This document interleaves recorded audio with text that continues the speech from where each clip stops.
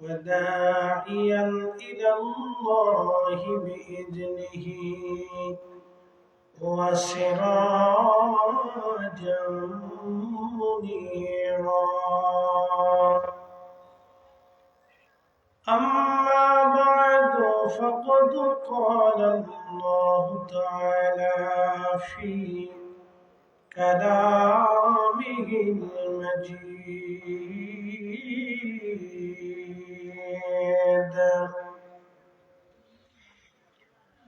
الذين يؤمنون بالغيب ويقيمون الصلاة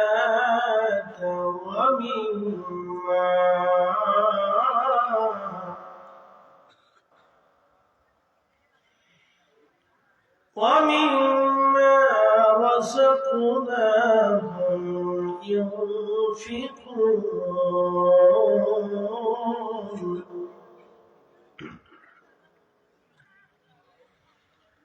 وفي آيات أخرى في شان حبيبه: إن الله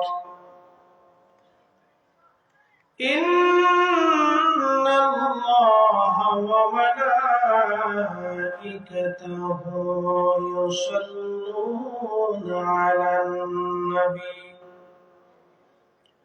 يا أيها الذين آمنوا صلوا عليه وسلموا تسليما.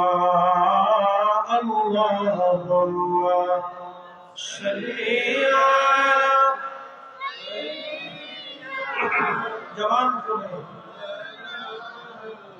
محمد وعلى آل سيدنا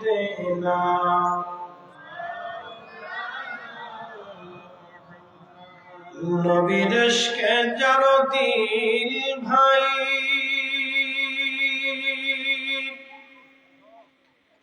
এ ভুবনে কাঁদে না,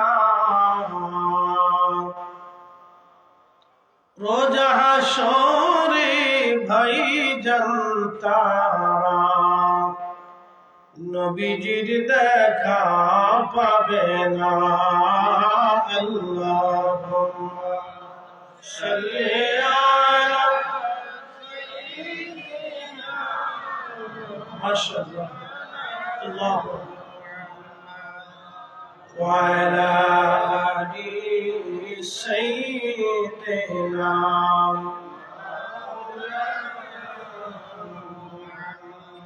বাড়ি বাড়ি করো রে মন, এ বাড়ি ঘর তোমার না, যেই বাড়িতে শুইবারে মন কবর তাহার ঠিকানা।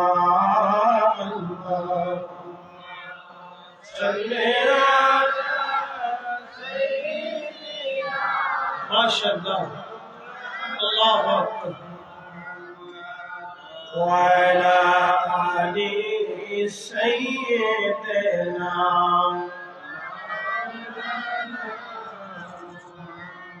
একটু জবান খুলে জিকিরে লা ইলাহা ইল্লাল্লাহ, জোরে লা ইলাহা ইল্লাল্লাহ, লা ইলাহা حسبي ربي جل الله ما في قلبي نور محمد قولي نور محمد قولي لا إله إلا الله لا إله لا إله إلا الله محمد رسول الله صلى الله عليه وسلم. আদর্শ সমাজ কল্যাণ সংস্থা পশ্চিম দর্শা গ্রামবাসীর উদ্যোগে ৮ম পবিত্র ঈদে মিলাদুন নবী সাল্লাল্লাহু আলাইহি ওয়াসাল্লাম উপলক্ষে বার্ষিক ওয়াজ দর মাহফিলের মুহতারাম সভাপতি মহোদয়গণ জনাব হযরত আল্লাহ মাওলানা কারি নুরুল হক সাহেব, সোনাতলা মাদ্রাসার সম্মানিত ভাইস প্রিন্সিপাল জনাব আশরাফ চৌধুরী সাহেব, বিশিষ্ট মুরব্বী আজম আলী সাহেব এবং জনাব মালিক মিয়া সাহেব সহ বিশিষ্ট মুরব্বীগণ,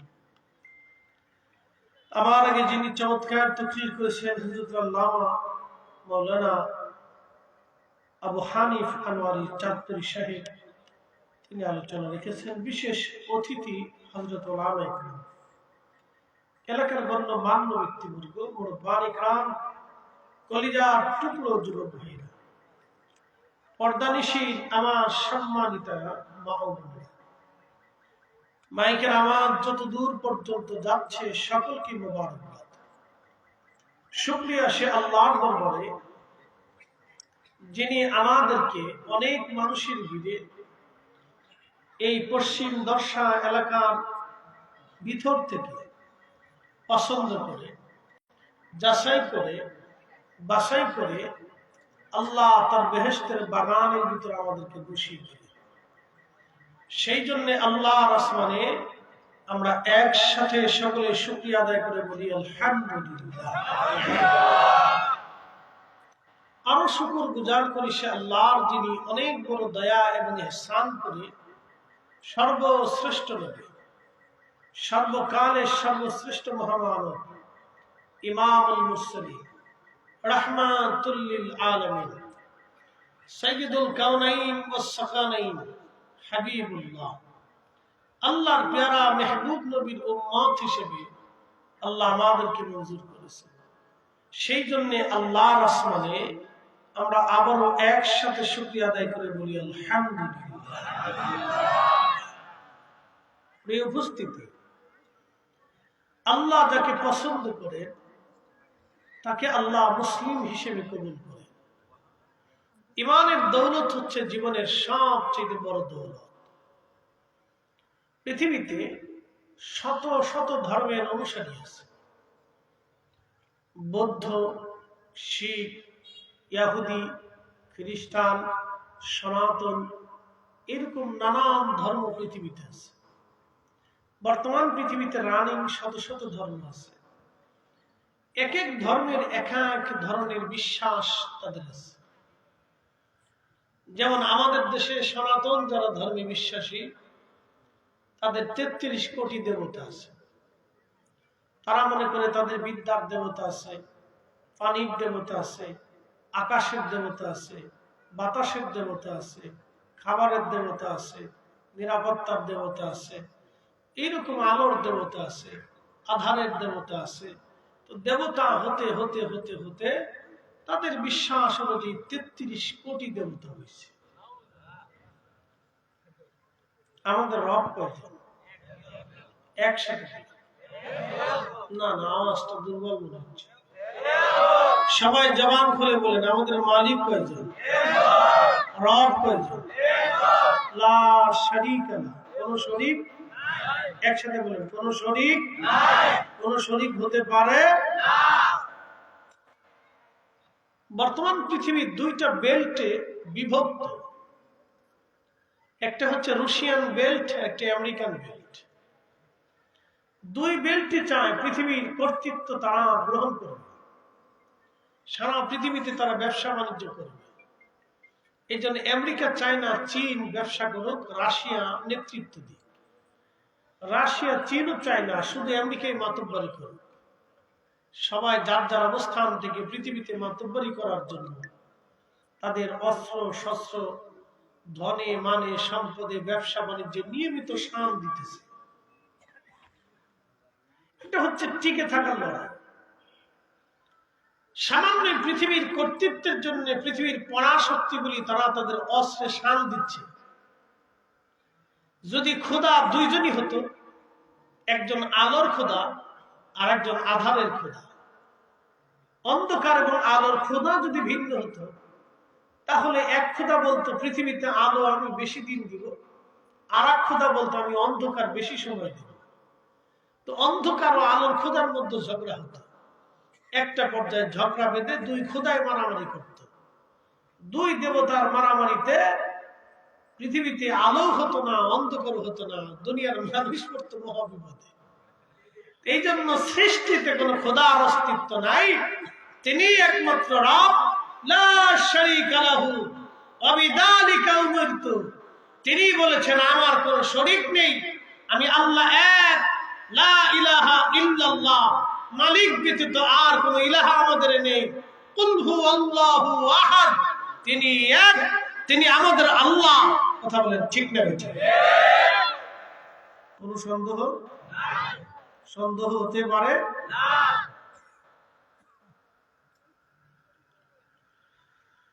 قل هو الله أحد الله الصمد لم يلد ولم يولد। হুজুর আপনি বলে দেন আমি এক। আল্লাহুস সামাদ, আমি রব কোন মুখাফিক কিনা, আমি মালিক কোন মুখাফিক কিনা। লাম ইয়ালিদ ওয়া লাম ইউলাদ, আমি কারো কাছ থেকে জন্ম নেই না, জন্ম দেই না। তো একমাত্র মিলাদ আল্লাহরই নাই, জন্ম নাই, জন্ম দেনও না, জন্ম হনও না। খ্রিস্টানদের বিশ্বাস হচ্ছে আল্লাহ আছে, কিন্তু আল্লাহর বউ আছে, বাচ্চা কাচ্চাও আছে। আচ্ছা আপনারা বলেন, যিনি আল্লাহ, যিনি স্রষ্টা, তার আবার বউর দরকার? একসাথে বলেন, বউ লাগে তার? যিনি কাম, ক্রোধ, লোভ, মোহ, কামনা, বাসনা, রিয়া, আশা, আকাঙ্ক্ষা, জীবন, মৃত্যু, হায়াত, আলো, আধার, নভমণ্ডল, ভূমণ্ডল, পৃথিবী, আগে পরে, অতীত, বর্তমান, ভবিষ্যৎ, শুরু শেষ, যিনি সৃষ্টি করছেন তার তো কোনো শুরু নেই, তার শেষও নেই। তিনি শুরু সৃষ্টি করেছেন, তিনি শেষ সৃষ্টি করেছেন, তিনি আলো সৃষ্টি করেছেন, তিনি আধার সৃষ্টি করেছেন, তিনি হায়াত সৃষ্টি করেছেন, তিনি মৃত্যু সৃষ্টি করেছেন। এই জন্য এই সবগুলি থেকে আল্লাহ মুক্ত। এই জন্য আমরা বলি আল্লাহ এক, লাম ইয়ালিদ ওয়া লাম ইউলাদ, তিনি জন্ম দেন না, জন্ম নেন না। এই জন্য খ্রিস্টানরা আহলে কিতাব, তারা কাফির। কথা বলেন ঠিক না? তাদের সাথে আমাদের পার্থক্য কি দেহ দিয়া না বিশ্বাস দিয়া? খ্রিস্টানরাও বিয়ে করে, তাদেরও বাচ্চা কাচ্চা হয়, ডাক্তার আছে, ডক্টর আছে, লেখাপড়া আছে, ওদের হাত, চোখ, কান, নাক, পা সব আমাদের মতো, দেখতে ওদের মতো, আমরা আমাদের মতো, ওরা হাজার ভাগ ব্যবসা বাণিজ্য একসাথে চলতেছে, মার্কেট সব কিছু একসাথে চলতেছে, বিশ্বাস শুধু ভিন্ন। আমাদের দেশে সনাতনী যারা আছে তাদের সাথে আমাদের ওই দেহগত কোনো পার্থক্য নেই। তাদের যেমন দেহ, রক্ত, মাংস, বিয়ে শাদী, বাচ্চা কাচ্চা, কিন্তু বিশ্বাস কত তফাৎ।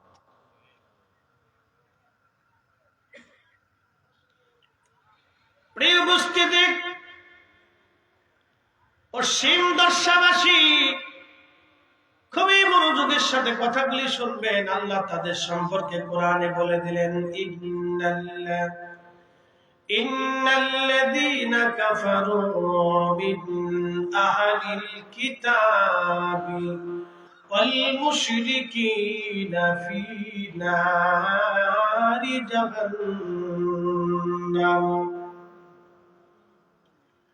নিশ্চয়ই যারা কাফির এবং মুশরিক, আহলে কিতাব,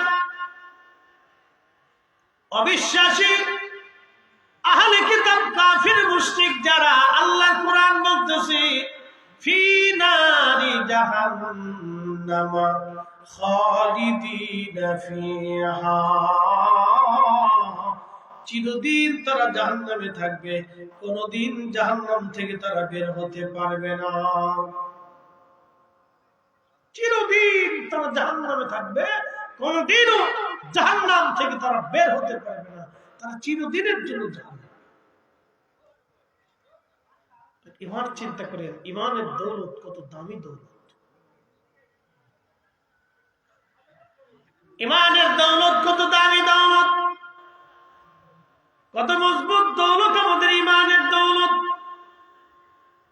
এই ইমানের জন্য সাহাবায়ে কেরামের পিঠের চামড়া চলে গেল, গোশত চলে গেল, জীবন চলে গেল, সংসার ছেড়ে দিল, দেশান্তরী হলো, মাল ছেড়ে দিল, সন্তান শহীদ হলো, স্ত্রী ছেড়ে দিল। আর বড় সাহাবীরা জীবন ইমান ছেড়ে দেয় নাই। একবার জোরে বলা যাবে আল্লাহু আকবার। তেলের গাড়ি তেলে চলে,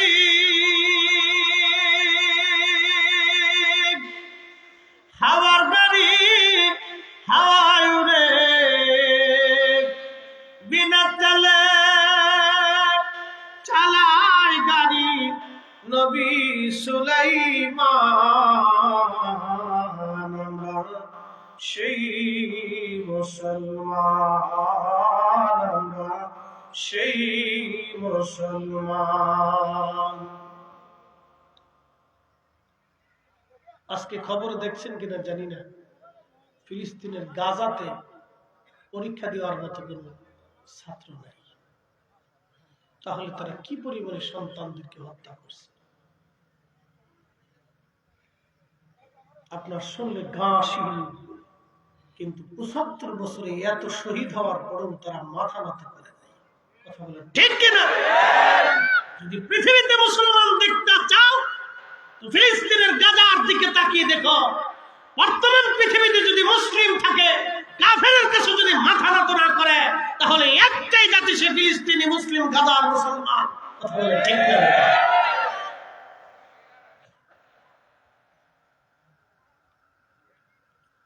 প্রিয় উপস্থিতি, খুব মনোযোগ দিবেন। সন্তান শহীদ হয়েছে, মা শহীদ হয়েছে, বাবা শহীদ হয়েছে, সাপ শহীদ হয়েছে, শাহাদাতের নবী সুধা একের পর এক পান করেছে, বাড়িঘর ধূলিসাৎ হয়ে গেছে, খোদার যন্ত্রণা অভাবে অনটনে দিন যাপন করতেছে, কত রজনী শীতের মধ্যে কম্বলবিহীন কাটিয়ে দিচ্ছে, কত মা সন্তানকে খাবার দিতে পারতেছে না, তারপরও কাফির জালিমের কাছে তারা মাথা নত করে নাই। তারা মুসলিম, তারা মুসলিম। আর আমরা মুসলমান একটু শীত বেশি বললে ফজর রক্তে মসজিদে যাইতে চাই না। কথা কোন ঠিক কিনা? মুসলিম শীত একটু বেশি বললে ফজর রক্তে মুসল্লি মসজিদে নাই, শীতের ডরে মসজিদে ঢুকতে চায় না, বিরাট শীত।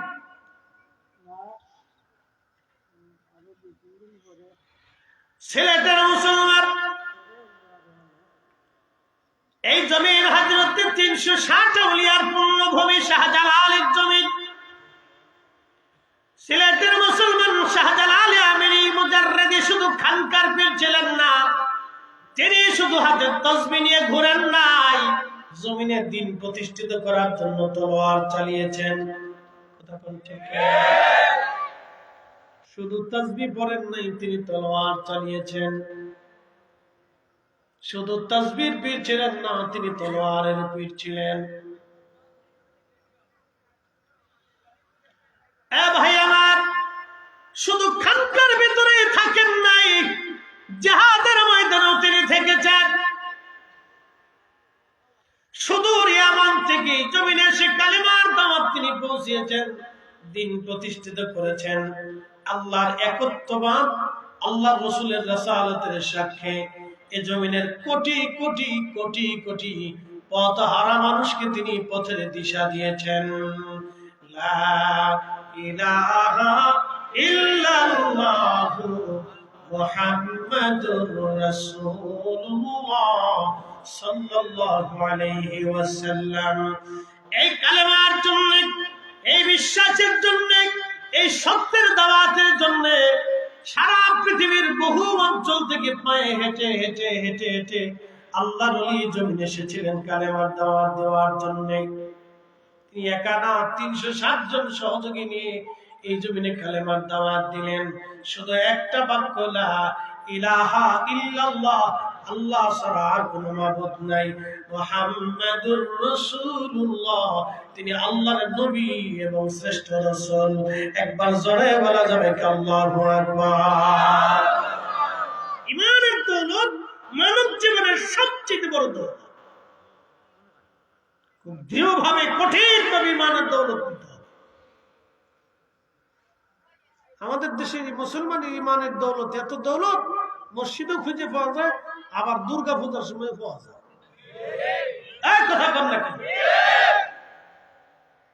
বাংলাদেশে ইসকন, তারা এদেশে উগ্রপন্থী, এদেশে ইসকন উগ্রপন্থী হিন্দু তৈরি করতেছে। কে কথা কন না কেন? আজকে চট্টগ্রামে আমাদের এক আইনজীবীকে হত্যা করেছে। তারা এদেশে বিশৃঙ্খলা তৈরি করে সাম্প্রদায়িকতা সৃষ্টি করার পায়তারা করতেছে। শোনেন, শাহজালালের জমিনের মুসলমান, আমাদেরকে সতর্ক হতে হবে, সতর্ক থাকতে হবে। কোন সাধারণ ধর্মাবলম্বী হিন্দুদের সাথে আমাদের কোনো দূরত্ব নাই। আমরা দেশে মিলেমিশে বসবাস করি, একসাথে ব্যবসা করি, একসাথে বাজার করি, একসাথে সমাজ করি, একসাথে রাজনীতি করি, একসাথে দেশ করি। আমরা একসাথে এদেশে চলেছি, একসাথে চলতেছি। ওরা নতুন করে ইসকন তৈরি করে আমার দেশে হিন্দু মুসলমানের দূরত্ব তৈরি করার জন্য এবং সাম্প্রদায়িক দাঙ্গা সৃষ্টি করার জন্য তারা ষড়যন্ত্র করে যাচ্ছে। আমরা মনে করি এই সময় যদি ইসকনকে নিষিদ্ধ না করা হয়, তাহলে আগামীর বাংলাদেশের ভিতর রক্তপাত হবে। কথা বলেন ঠিক না?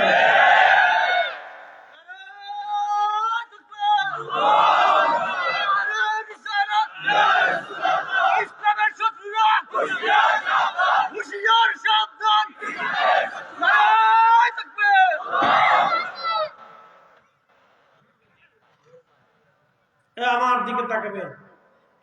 সুলতানু জিল্লুল্লাহি ফিল আরদ, 1450 বছর আগে আল্লাহ রাসূল বলেছেন, শাসক গোষ্ঠীরা হচ্ছে জমিনে আল্লাহর ছায়া। আল্লাহ যেমন সব মানুষকে খাবার দেয়, শাসকরা সবাইকে খাবার দেবে। আল্লাহ যেমন সব মানবকে নিরাপত্তা দেয়, শাসকরাও নিরাপত্তা দেবে। আল্লাহ যেমন সবাইকে বাতাস দেয়, শাসকরাও সবাইকে বাতাস দেবে।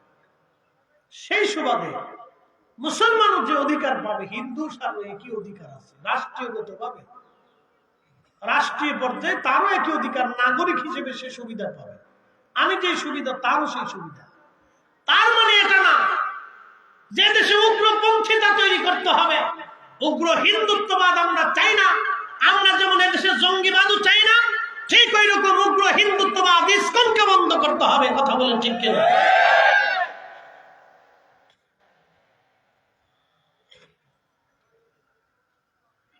হাজিরিন, খুব মনোযোগ দেবেন। এই কালেমার জন্য, এই হকের জন্য, সত্যের জন্য সাহাবায়ে কেরাম যেভাবে জীবন দিয়েছিলেন, পিঠের চামড়া দিয়েছিলেন, গোশত দিয়েছিলেন, কিন্তু মিথ্যার কাছে তারা মাথা নত করেন নাই। মিথ্যার কাছে তারা মাথা নত করেন নাই। মিথ্যার কাছে তারা কখনো মাথা নত করেন নাই। হযরত সুমাইয়া কৃতদাস ছিলেন, খুবই দরিদ্র, শুধু বিশ্বাস করলেন লা ইলাহা ইল্লাল্লাহ, আল্লাহ ছাড়া আর কোনো ইলাহা নাই, আল্লাহর কোনো শরীক নাই, আল্লাহ ছাড়া আর কোনো মালিক, কোনো রব নাই। আর তিনি সেই দিন শুধু স্বীকার করলেন মুহাম্মাদুর রাসূলুল্লাহ, মুহাম্মদ সাল্লাল্লাহু আলাইহি সাল্লাম আল্লাহর রাসূল। এই বিশ্বাসটুকু গ্রহণ করার জন্য সেই দিন দরিদ্র সাহাবী হযরত সুমাইয়া রাদিয়াল্লাহু আনহা এবং তার স্বামীকে কাফেররা ধরে নিয়ে গেল। ওই মক্কা ঘরে কাবা শরীফের ভিতরে 360টা মূর্তি কাফেররা স্থাপন করেছিল। 360টা মূর্তি আল্লাহর নবী নিজে পিটিয়ে ভেঙে ফেলেছেন, সাহাবায়ে কেরাম বের করেছেন। কারণ ঘর আল্লাহ, সেখানে কোনো মূর্তি থাকতে পারে না, কোন প্রতিমা থাকতে পারে না, সব মিথ্যা, পৌত্তলিকতা। এই যে মিথ্যা ভ্রান্ত বিশ্বাস পৃথিবীতে আদিকাল থেকে ভ্রান্ত বিশ্বাস শয়তান প্রতিষ্ঠিত করেছে। তারা মনে করে মাছ আমাকে দিবে, কেউ সূর্যের পূজা করে, কেউ মূর্তির পূজা করে, পাথরের পূজা করে, বিভিন্ন দেব দেবীর নাম দিয়ে তারা দেব দেবীর পূজা করে থাকে। পৃথিবীতে আল্লাহ ব্যতীত আর কোন রব নাই, অতএব আর কোন দেব দেবীর অস্তিত্ব পৃথিবীর মধ্যে নাই। কি কথা বলেন, ঠিক কিনা? কোন অস্তিত্ব নেই। আমার রব ব্যতীত কোন স্রষ্টা নেই পৃথিবীতে। 33 কোটি দেব দেবীর কোন অস্তিত্ব নেই। বিদ্যার দেবতা নেই, খাবারের দেবতা নেই, আলোর দেবতা নেই, আধারের দেবতা নেই, বৃষ্টির দেবতা নেই, পানির দেবতা নেই, আসমানের দেবতা নেই, জমিনের দেবতা নেই, সাগরের দেবতা নেই, সূর্যের দেবতা নেই। সবকিছুর একচ্ছত্র অধিপতি মালিক তিনি আমাদের রব, তিনি আমাদের আল্লাহ। ঠিক না? তিনি কে? একসাথে বলেন, তিনি কে? তিনি কে? যদি একাধিক অস্তিত্ব পৃথিবীতে, খোদার অস্তিত্ব থাকতো, পৃথিবী ধ্বংস হয়ে যেত।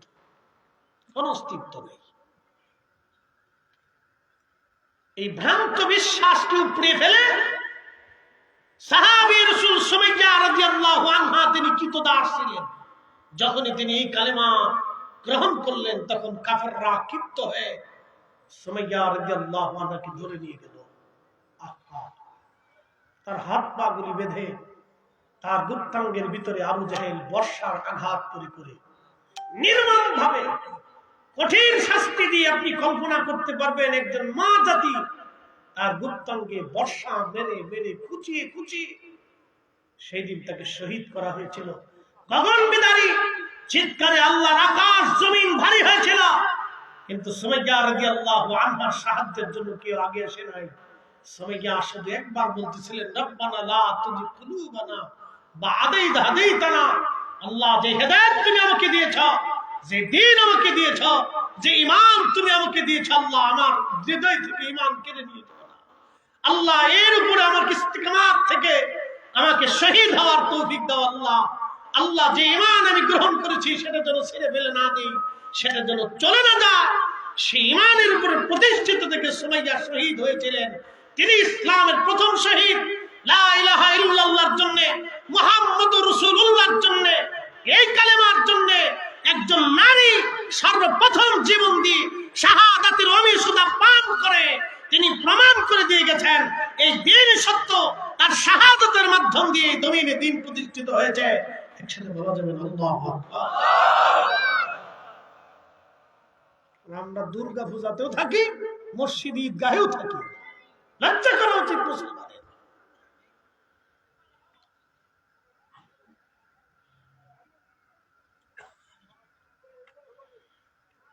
প্রিয় উপস্থিতি, হাজিরিন, জানি কথাগুলি আপনাদের বড় কষ্ট হবে, তারপরে ঈমানের তাগিদে বলতেছি। বলেন তো, ফিরে যাব কার কাছে? একসাথে বলেন, কার কাছে? 1400 বছর আগে কোরআন আল্লাহ বলেন, কুল্লু নাফস, এমন কোন জীবন নাই, যায়িকাতুল মাউত, মরণের স্বাদ আস্বাদন করতে না হবে। এমন কোন জীবন নাই। আপনার বাড়ির কুকুরটাকেও মৃত্যুর স্বাদ নিতে হবে, আপনার বাড়ির বিড়ালটাকে মরণের স্বাদ নিতে হবে, আপনার বাড়ির গরু ছাগল হাঁস মুরগি ভেড়া দুম্বা গাধা ঘোড়া গাছ তরুলতা পাতা সমুদ্রের মাছ নদীর মাছ পুকুরের মাছ জঙ্গলের প্রাণী, এমন কোন জীব এবং জীবন নাই। বর্তমান বিজ্ঞানের গবেষণা অনুযায়ী পৃথিবীতে 4 লক্ষ প্রজাতির জীব জীবন আছে। আল্লাহ বলে দিলেন, হাবিব উম্মতকে জানায় দেন, এমন কোন জীব জীবন নাই যে জীব জীবনের মৃত্যুর স্বাদ নিতে না হবে। এমন কোন জীব জীবন নাই যে জীব জীবনের মৃত্যুর স্বাদ নিতে না হবে। 1450 বছর আগে কোরআনে আল্লাহ যাহা বললেন, 1450 বছর ধরে একটা শব্দ মিথ্যাকে প্রতিপন্ন করতে পারে নাই। কিয়ামত পর্যন্ত আল্লাহ চ্যালেঞ্জ দিয়েছেন, তোমরা কিয়ামত পর্যন্ত চেষ্টা করে দেখো আমার কোরআনের একটা হরফ তোমরা মিথ্যা পর্যবসিত করতে পারো কিনা।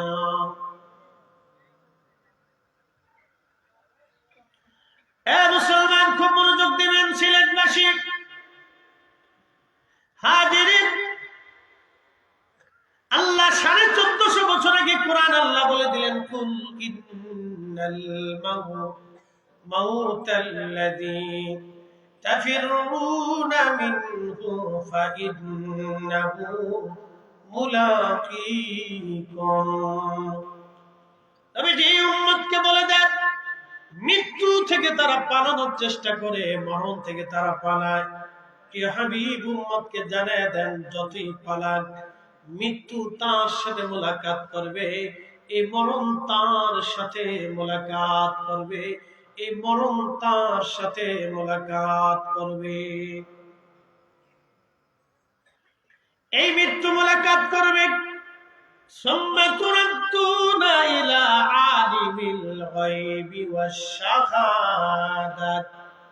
এই মৃত্যু তার সাথে মোলাকাত করার পরে তাকে আমার আল্লাহ তাকে এমন একটা জায়গায় নিয়ে যাবে, সেই জায়গা আমার রবের স্থান, আমার রবের সামনে নিয়ে যাবে, যিনি আমার আপনার গোপনে গোপনে সব আমার আল্লাহ জানে। এমন কিছু নাই, রবের কাছে কোনো কিছু গোপন নাই, তিনি সব জানেন। আল্লাহ তার কাছে নিয়ে চলে যাবেন। ফায়ুনাব্বিউকুম বিমা কুনতুম তা'মালুন। আমি আপনার জীবনে যা কিছু করেছেন না কেন সেই দিন আমার রব সবার সামনে সেটা উপস্থাপন করবে, আপনাকে দেখিয়ে দিবে বান্দা তুমি এই এই এই কাজ করেছো, এটা এটা তুমি করো নাই। সব আল্লাহ দেখিয়ে দিবে। সিলেটের মুসলমান তাওহীদ রুবুবিয়্যাতের উপরে, রাসালাতের উপরে পরিপূর্ণ ঈমান আপনাকে রাখতে হবে, বিশ্বাস আপনাকে রাখতে হবে। কারণ কোরআনে আল্লাহ যত জায়গা ডাক দিয়েছেন তত জায়গায় ঈমানের কথা আল্লাহ বলেছেন, ইয়া আইয়ুহাল্লাযীনা আমানু। এইভাবে ঈমানদার বলে আল্লাহ ডাক দিয়েছেন। আমিনু বিল্লাহি ওয়া রাসূলি, এই ঈমানদার আমি আল্লাহর উপর ঈমান আনো, ওয়া রাসূলিহি আমার রাসূলের উপরে তোমরা ঈমান আনো। আল্লাহর সাথে সাথে তার রাসূলের উপর ঈমান আনতে আল্লাহ বলে দিলেন। আল্লাহর পর পর রাসূলের উপর ঈমান আনতে হবে, আল্লাহর পর পর তার রাসূলের উপর ঈমান আনতে হবে। আল্লাহ মানার সাথে সাথে নবী মানতে হবে। আল্লাহ কোরআনে বলে দিলেন, ইয়া আইয়ুহাল্লাযীনা আমানু আতিউল্লাহ ওয়া আতিউর রাসূল। হে ঈমানদার, আল্লাহ মানার সাথে সাথে আমার রাসূল মানতে হবে। আমি আল্লাহ যেইভাবে মানবা আমার রাসূল ওইভাবেই তোমরা মানবা। একবার জোরে বলা যাবে আল্লাহু আকবার। আল্লাহ যেইভাবে মানবা আমার নবীকে সেইভাবে মানবা, আমি আল্লাহকে যেইভাবে বিশ্বাস করবা আমার রাসূলকে সেইভাবেই বিশ্বাস করবা। বুঝতে কি কোনো অসুবিধা হচ্ছে আপনাদের? বুঝার চেষ্টা করুন। আল্লাহ যেইভাবে মানবেন রাসূলকে সেইভাবে মানতে হবে। আচ্ছা বলেন, আল্লাহ সত্যবাদী না মিথ্যাবাদী? আমার রাসূল একসাথে বলেন, জোরে জোরে বলেন, জোরে বলেন। 63 বছরের জীবনে তার কোন খাতা আছে? চুল পরিমাণ তার চরিত্রে কোন কলঙ্ক আছে? চুল পরিমাণ জীবনে কোন ধোঁকা আছে? চুল পরিমাণ জীবনে কোন মিথ্যা আছে? চুল পরিমাণ কখনো তিনি সত্যের খেলাপ করেছেন? কখনোই না, ভুলেও না। এই জন্য আল্লাহ বলছেন, হাবিব উম্মতকে বলে দেন, আতিউল্লাহ আমাকে যেইভাবে ইত্তেবা করবে, ওয়া আতিউর রাসূল আপনাকে সেইভাবে ইত্তেবা করতে হবে, সেইভাবেই মানতে হবে। সিলেটের মুসলমান হযরত সুমাইয়া কালেমা পড়ছে নবী দেখে। সুমাইয়া কিন্তু আল্লাহ আগে চিনে নাই, আগে নবী চিনছে। কথা বল ঠিক আছে? হযরত ইয়াসারকে ধরে নিয়ে যাওয়া হলো। সুমাইয়া রাদিয়াল্লাহু আনহার স্বামী হযরত আম্মার রাদিয়াল্লাহু আনহুর বাবা। হযরত ইয়াসারকে ধরে নিয়ে যাওয়া হলো। তিনি দরিদ্র মুসলমান ছিলেন। আবু জাহেলের লোকেরা তাদেরকে ধরে নিয়ে হযরত ইয়াসারের দুইটা পায়ের মধ্যে রশি বাঁধলো। দুই পায়ের মধ্যে রশি বেঁধে উটের গলার মধ্যে, দুই উটের গলার মধ্যে বেঁধে দিল। দুইটা উট দুই দিকে সারিয়ে দিল, উট দৌড়াইতে লাগলো। হযরত ইয়াসির রাদিয়াল্লাহু আনহুর মাঝখান থেকে ছিঁড়ে ফেরে ফেরে একজন মানুষ দুইটা খণ্ডে বিভক্ত হয়ে গেল।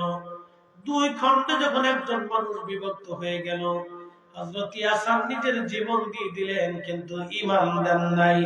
নিজের জীবন দিয়েছিলেন, ঈমান দেন নাই। তিনি হযরত ইয়াসির সুমাইয়া রাদিয়াল্লাহু আনহার স্বামী আর স্ত্রী দুইজন একসঙ্গে জীবন দিলেন, কিন্তু ঈমান দেন নাই। একবার জোরে বলা যাবে কি আল্লাহু আকবার? নারা চিৎকার মেরে জোরে বলেন আল্লাহু আকবার। আমরা সেই মুসলমান, জীবন দিতে জানি, ঈমান দিতে জানি না। কথা বলেন ঠিক কিনা? আমরা সেই মুসলিম, জীবন দিতে জানি, ঈমান দিতে জানি। আমাদের ঈমানের অনেক দাম। আল্লাহর নবী বলেন, উম্মত তোমাদেরকে যদি কেটে কেটে কেটে কেটে টুকরা টুকরা করে ফেলে দেওয়া হয়, তাহলেও তোমরা শিরক করবে না, শিরক করবে না, শিরক করবে না। যদি কেটে কেটে টুকরা টুকরা করা হয়, তারপর শিরক করবে না, শিরক করবে না, বেঈমান হয়ে কবরে যাবে না, বেঈমান হয়ে কবরে যাবে না। যদি তোমাদেরকে কেটে কেটে টুকরা টুকরা করা, আপনাকে এইভাবে ঈমান আনতে হবে, কালেমার উপরে এইভাবে আপনাকে দায়েম কায়েম থাকতে হবে, মুসলিম মুসলিমের মতো হতে হবে।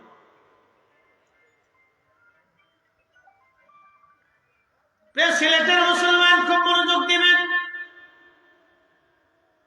পৃথিবীতে বহু নিদর্শন আছে, জীবনের বিনিময়ে কেউ ঈমান তারা দেয় নাই, জীবন দিয়েছে কিন্তু ঈমান দেয় নাই, জীবন দিয়েছে ঈমান দেয় নাই।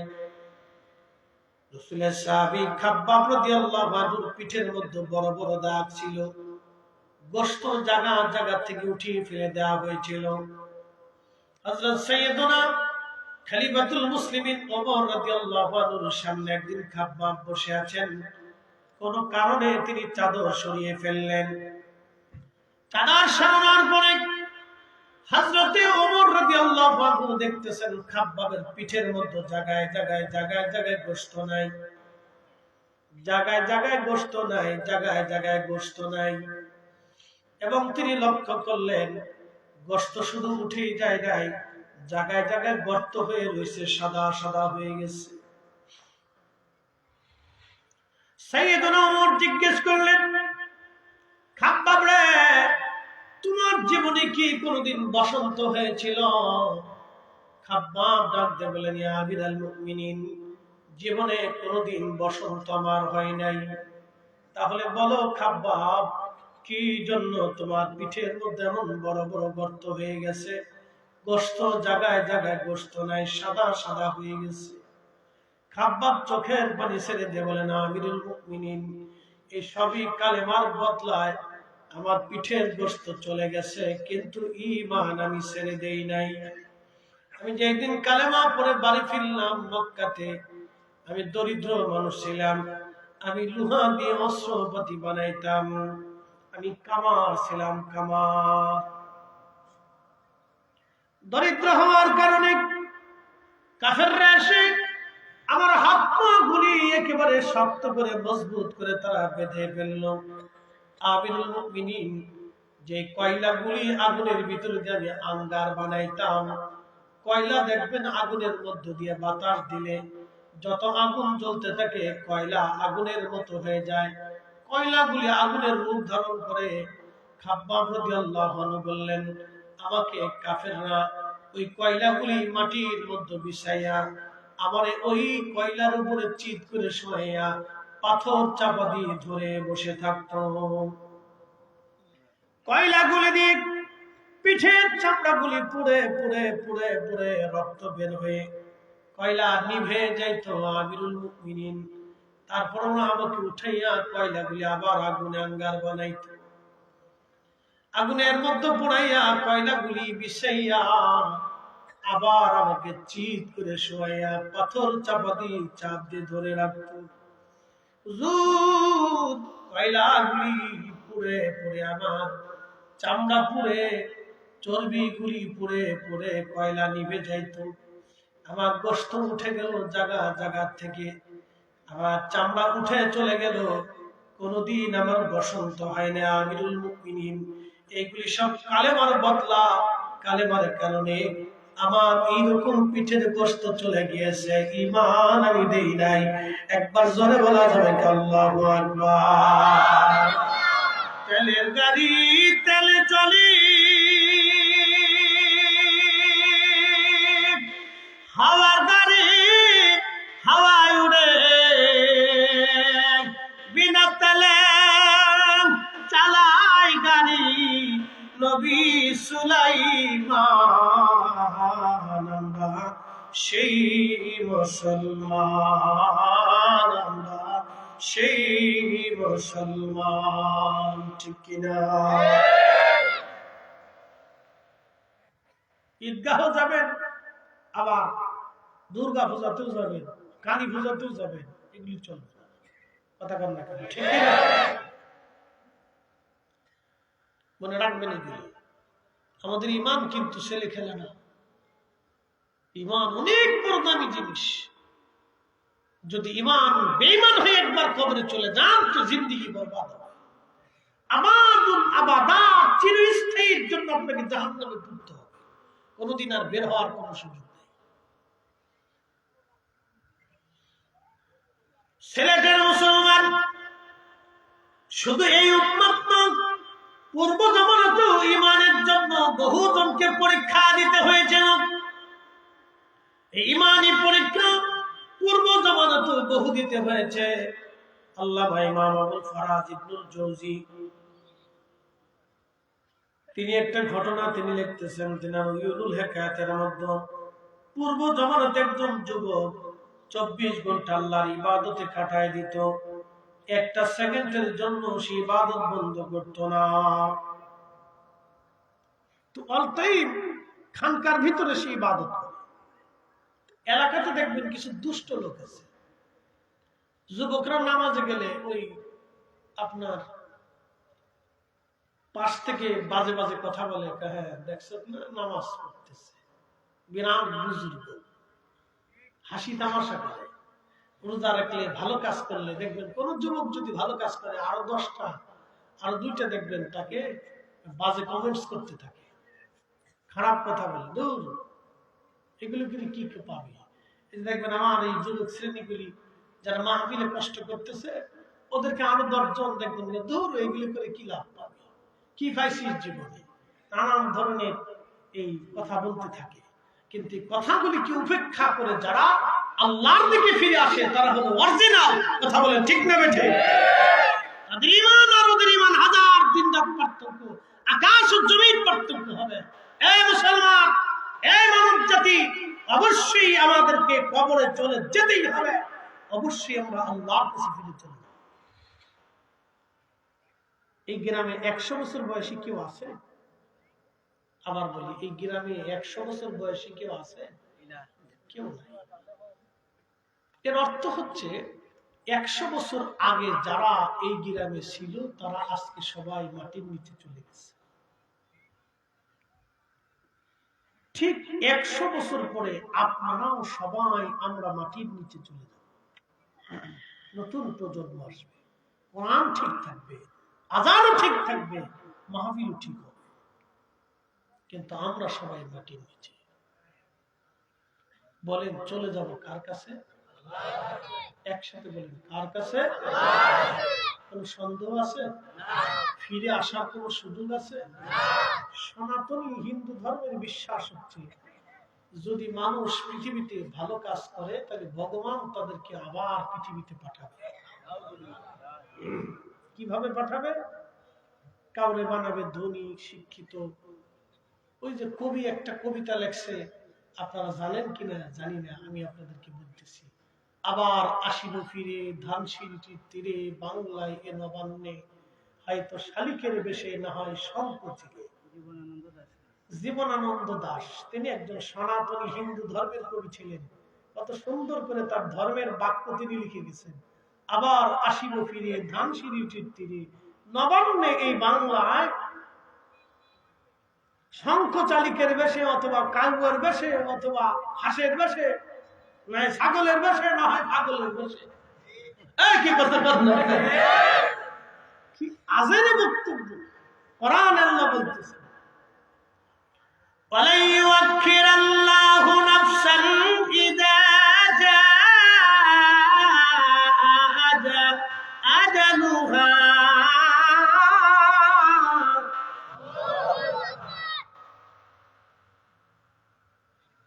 আল্লাহ কোরআনে বলতেছে, হাবিব উম্মতকে জানান, একবার যখন হায়াত শেষ হবে, 1 সেকেন্ড পৃথিবীতে থাকার আর সুযোগ নাই। কথা তো সত্য, হায়াত শেষ হয়ে গেলে কাউকে পৃথিবীতে থাকার আর কোনো সুযোগ নাই, এবং একবার আল্লাহর দরবারে চলে গেলে ফিরে আসার আর কোনো সুযোগ নাই। সুযোগ আছে না? তাহলে সনাতনীদের বিশ্বাস হলো আবার আমি ফিরে আসবো শঙ্কুচিলের বেশে, বাংলায় নবান্নে, ধানসিঁড়ির তীরে বাংলায় নবান্নে ফিরে আসবো আমি শঙ্কুচিলের বেশে, অথবা কাউয়ার বেশে, অথবা কোকিলের দেশে কোকিলের বেশে, অথবা হাঁস মুরগি কুত্তা বিলের বেশে আমি আবার ফিরে আসবো। কিন্তু আল্লাহ বলে দিলেন, হাবিব জানায় দেন, আমি মানব জাতি সৃষ্টি করেছি, তার আর ফিরে আসার কোনো সুযোগ আর নাই। তিনি আল্লাহর দরবারে থাকবে ইলিনে অথবা সিজ্জিনে। ভালো কাজ করে গেলে আল্লাহ জান্নাতে দিয়ে দিবে, খারাপ কাজ করে গেলে জাহান্নামে আল্লাহ শাস্তি দেবে। মূলত কোন বডি কবরে যায় না, কবরে যায় হচ্ছে তার রূহ, আল্লাহর দরবারে চলে যায় তার রূহ। বডি কিন্তু আল্লাহর দরবারে যায় না, এটা কবরের ভিতরে দিয়ে দেওয়া হয়, রূহটা চলে যায় আপনার সামনে। যিনি চলে গেল রূহ, দেখবেন তাকে দেখা গেল না, যে নিয়ে গেল তারও দেখা গেল না। কিন্তু নিয়ে গেছে সত্য, যিনি নিলেন তিনিও সত্য, যাকে নেওয়া হলো সেও সত্য, এবং যার হুকুমে নেওয়া হলো আমার রব তিনিও সত্য, যে জগতে নিয়ে যাওয়া হলো সেই জগৎও সত্য। অবিল আখিরাতি হুম ইউকিনুন।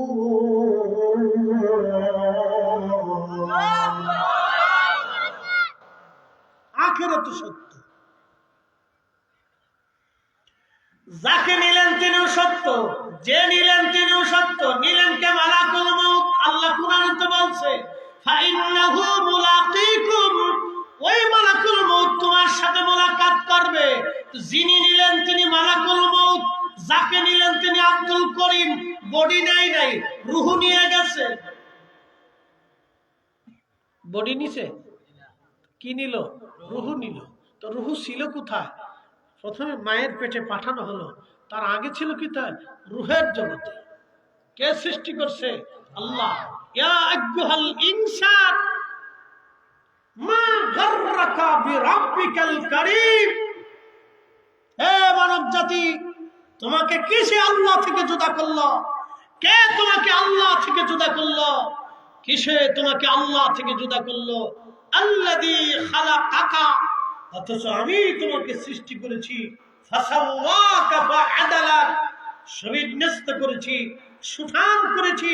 তোমার চোখের জায়গায় চোখ দিয়েছি, আলো দিয়েছি, জবান দিয়েছি, জিহ্বা ফিট করেছি। দাঁতের নিচে কখনো জিহ্বা পড়ে না, এটা লেভেল করে তৈরি করা হলো। দাঁতের জায়গায় দাঁত থাকবে, জিহ্বার জায়গায় জিহ্বা থাকবে, চোখের জায়গায় চোখ থাকবে, কানের জায়গায় কান থাকবে। আল্লাহ একটা আঙ্গুল না দিয়ে 5টা আঙ্গুল দিয়ে দিলেন, সেখানে আবার জোড়ায় জোড়ায় ভেঙে দেওয়ার শক্তি দিলেন, ধরার সুযোগ করে দিলেন, পা দিয়ে হাঁটার, ঘুমানো, ভেঙে থাকার সুযোগ করে দিলেন। আল্লাহ ঘুমানোর ব্যবস্থা করে দিলেন, আরামের জন্য রাত সৃষ্টি করে দিলেন, কাজের জন্য দিনের আলোর সৃষ্টির জন্য সূর্য সৃষ্টি করে দিলেন। আল্লাহ বলতেছেন, তোমাকে কে আল্লাহ থেকে জুদা করলো? বলো, আমি তোমাকে সৃষ্টি করছি। মায়ের পেটের মধ্যে যখন সন্তান ধীরে ধীরে ধীরে ধীরে ধীরে ধীরে বড় হয়, কোথার থেকে হয়? সুম্মা জাআলা নাসলাহু মিন সুলালাতিন মিন মাইন মাহিন, আমি মানুষকে সৃষ্টি করেছি বাবা এবং মায়ের শরীর থেকে নির্যাস পানি, মিন মাইন মাহিন থেকে। এ মানব জাতি, কে তোমাকে আল্লাহ থেকে জুদা করলো? বলো, কিসে তোমাকে আল্লাহ থেকে জুদা করলো? বলো, কে তোমাকে সিজদা থেকে জুদা করলো? কে তোমাকে নামাজ থেকে জুদা করলো? কে তোমাকে জিকির থেকে জুদা করলো? কে তোমাকে আমার রাসূল থেকে জুদা করে দিল? বলো, আমি তোমার জন্য সব করেছি। বলেন, সে মালিকের নাম কি? আল্লাহ। একসাথে বলুন, কে? সিজদা হবে কার? আইন মানব কার, জিকির হবে কার। এই জন্য আল্লাহর তাওহীদ রুবুবিয়তের উপরে 100% পিওর ইয়াকিন আপনাকে রাখতে হবে। কথা বলি ঠিক না বেঠিক?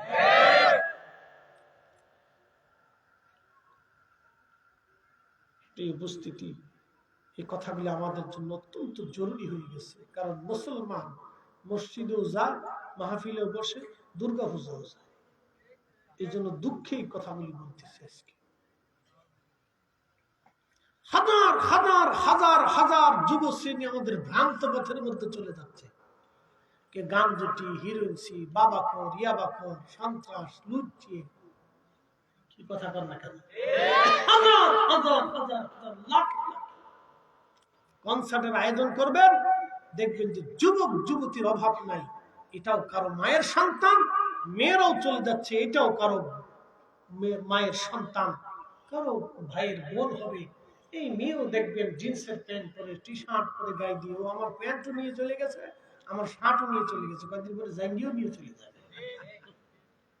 অবস্থা খুব বেগতি, কঠিন সিচুয়েশন চলতেছে। আপনাদেরকে বলি, বিলাই কি বাঘের পোশাক পরতে পারে? বলেন, বিলাই কি কোনোদিন বাঘ হইতে পারে? বাঘ কি কোনোদিন বিলাই হইতে পারে? নারী কি কোনোদিন পুরুষ হইতে পারে? পুরুষ কি কোনোদিন নারী হতে পারে? তসলিমা নাসরিন মরে গেছে, ফি নারি জাহান্নাম খালিদিনা ফিহা। এই বেটা মা মুসলমান, বাপ মুসলমান, এই মহিলা নাস্তিকতায় বিশ্বাসী হয়ে কবরে চলে গেল। এই মহিলা বলল, পুরুষও দাঁড়ায় মতে, বেডিরও দাঁড়ায় মতে। কত পাগল দেশে! তার মানে বুঝা গেল মস্তিষ্কে অসুস্থতা আছে। কি কথা বল না কেন? মস্তিষ্কে অসুস্থতা আছে। তা না হলে এই কথা কেউ বলে? নারীকে তো আল্লাহ ওইভাবেই তৈরি করছে। আবার বলি, বিলাই কখনো বাঘ হইতে পারে? কখনোই না। শিয়াল কোনোদিন কুত্তা হতে পারে? কুত্তা কোনোদিন শিয়াল হইতে পারে? নারী কোনোদিন পুরুষ হতে পারে না, পুরুষ কোনোদিন নারী হতে পারে না। নারীর পোশাকে নারী সুন্দর, পুরুষের পোশাকে পুরুষ সুন্দর। নারী তার পোশাক পরবে, পুরুষ তার পোশাক পরবে। নারী পুরুষের পোশাকে হাত দেয় কেন? বুঝা গেল নারীর ব্রেনে অসুস্থতা আছে। এই অসুস্থতা যতদিন বাড়তে থাকবে, আমাদের সমাজ ধ্বংস হতে থাকবে। কথা বলেন ঠিক না? প্রশ্ন রাখবেন, মুফতি ফরিদি, সমাজ কিভাবে ধ্বংস হবে? জানা বাড়তে থাকবে, কার বাচ্চা কার সন্তান বুঝ পাবেন না। আমেরিকাতে যায় দেখেন, অনেক সন্তান আছে, বাবার পরিচয় নেই। কথা বলেন। মেসি বিয়ে করছে, বিয়ে, দুঃখিত, মেসি বিয়ে করার আগে 2টা বাচ্চার মালিক। আচ্ছা বলেন, হালাল জাদা না হারাম জাদা? একসাথে বলেন, হালালে না হারামে? ওটা বিয়ে করার আগে 2 বাচ্চার বাপ হয়ে গেছে। বাপ হলো কেমনে? যারা মেসির ভক্ত আছেন মাফ করে দিবেন, আমি কোন খেলা টেলা দেখি না, আমি সাদা কারো ভক্ত শক্ত না। ওই আমি কোনটাই দেখি না, ক্রিকেটও দেখি না, ফুটবলও দেখি না। ও সাঁতার ভিতরেই নাই, ওর টাইমই নেই। পেশাব করার টাইম পাই না, তোর ফুটবল খেলা দেখবো, সাঁতার সময় আছে আমার? মাঝে মধ্যে পেশাবেরও টাইম পাই না। পেশাব শান্তি ধরে ওয়াজ করা লাগে, কি করবো, টাইম নেই তো। খেলা দেখার সময় নেই। এই হচ্ছে ইসলামী জিন্দিগি, কত পবিত্র জিন্দিগি। প্রশ্ন করি, জবাব দিবেন তো? আল্লাহ পাক না না পাক? একসাথে বলে, আল্লাহ কি পাক ছাড়া কবুল করে? নির্ভর কখনই করে না। এক যুবক, আপনি যত সুন্দর হোক, আপনাকে যদি এখন স্টেজে এনে ল্যাংটা করা হয়, উলঙ্গ করা হয়, কেমন দেখা যাবে? বিচ্ছিরি দেখা যাবে না? আপনার চেহারা, স্বাস্থ্য, সৌন্দর্য, বডির স্ট্রাকচার অনেক সুন্দর, কিন্তু আপনাকে ল্যাংটা করার পরে দেখবেন একবার বিচ্ছিরি দেখা যাচ্ছে। তো ঠিক পোশাকে মানুষ সুন্দর। কি কথা ঠিক কিনা? পোশাকে মানুষ সুন্দর।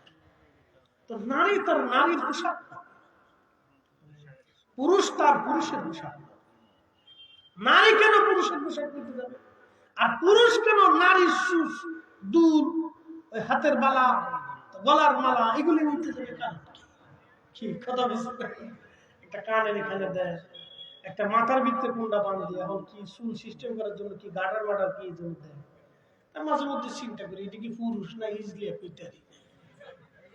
আমি তো মাঝে মধ্যে আমার এই বাসার সামনে দিই পদ্মা সেতুলের তো বাসায় ঢোকার সময় রাত 2টে 3টে 4টে 5টাও বেজে যায়।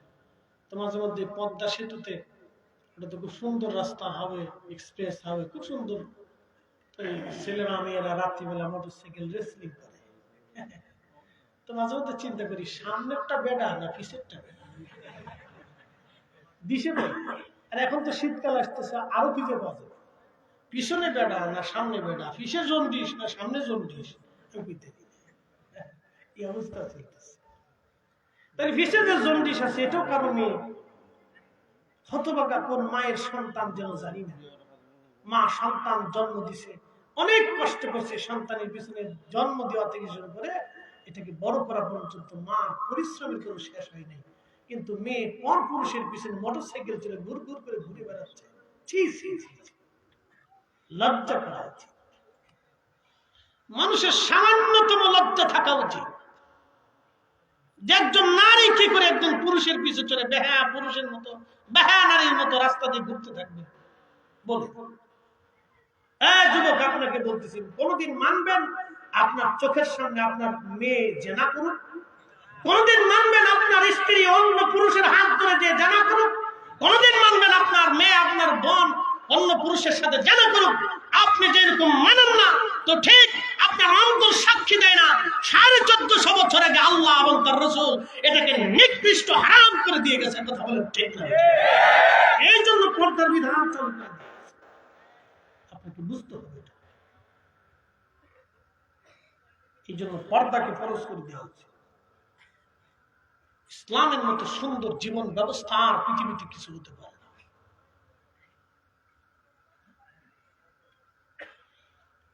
প্রিয় মুসলমান,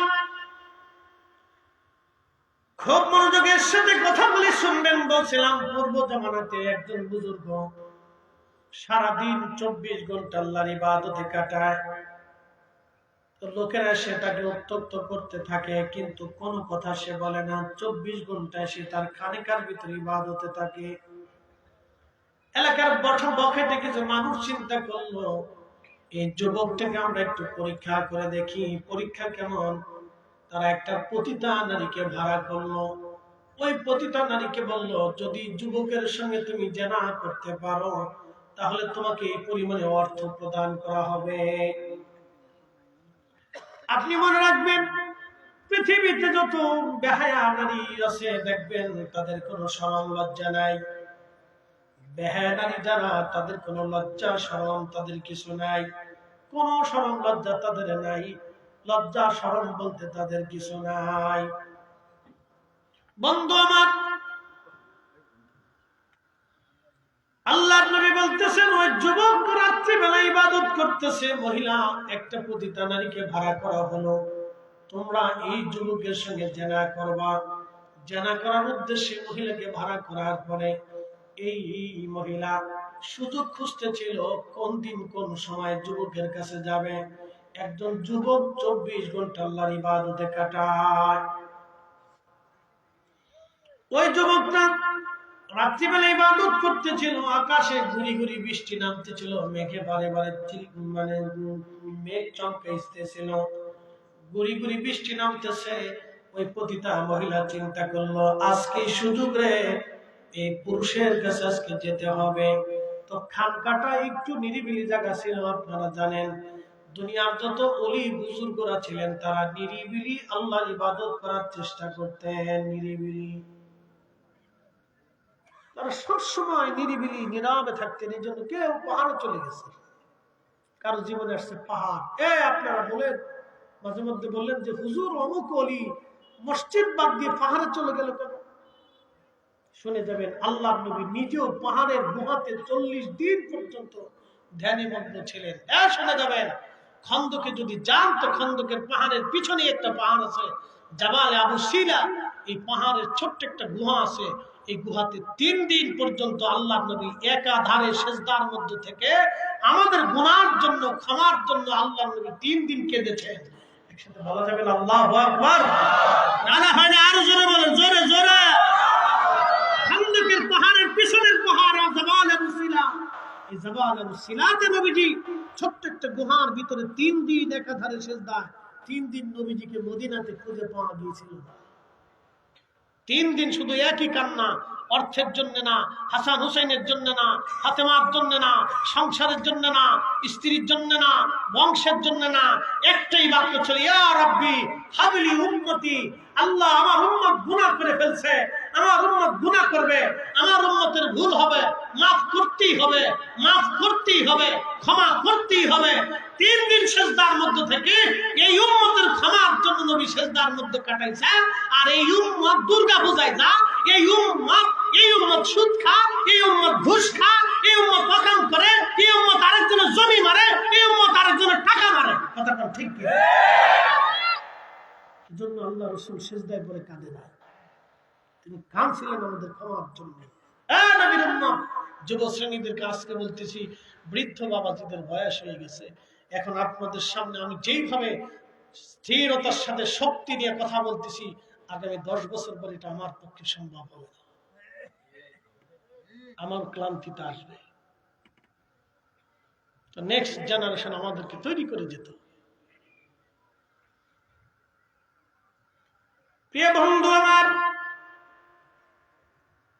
সিলেটবাসী এই যুবক মহিলা পতিতা ঘরের দরজার পাশে এসে টোকা দিছে।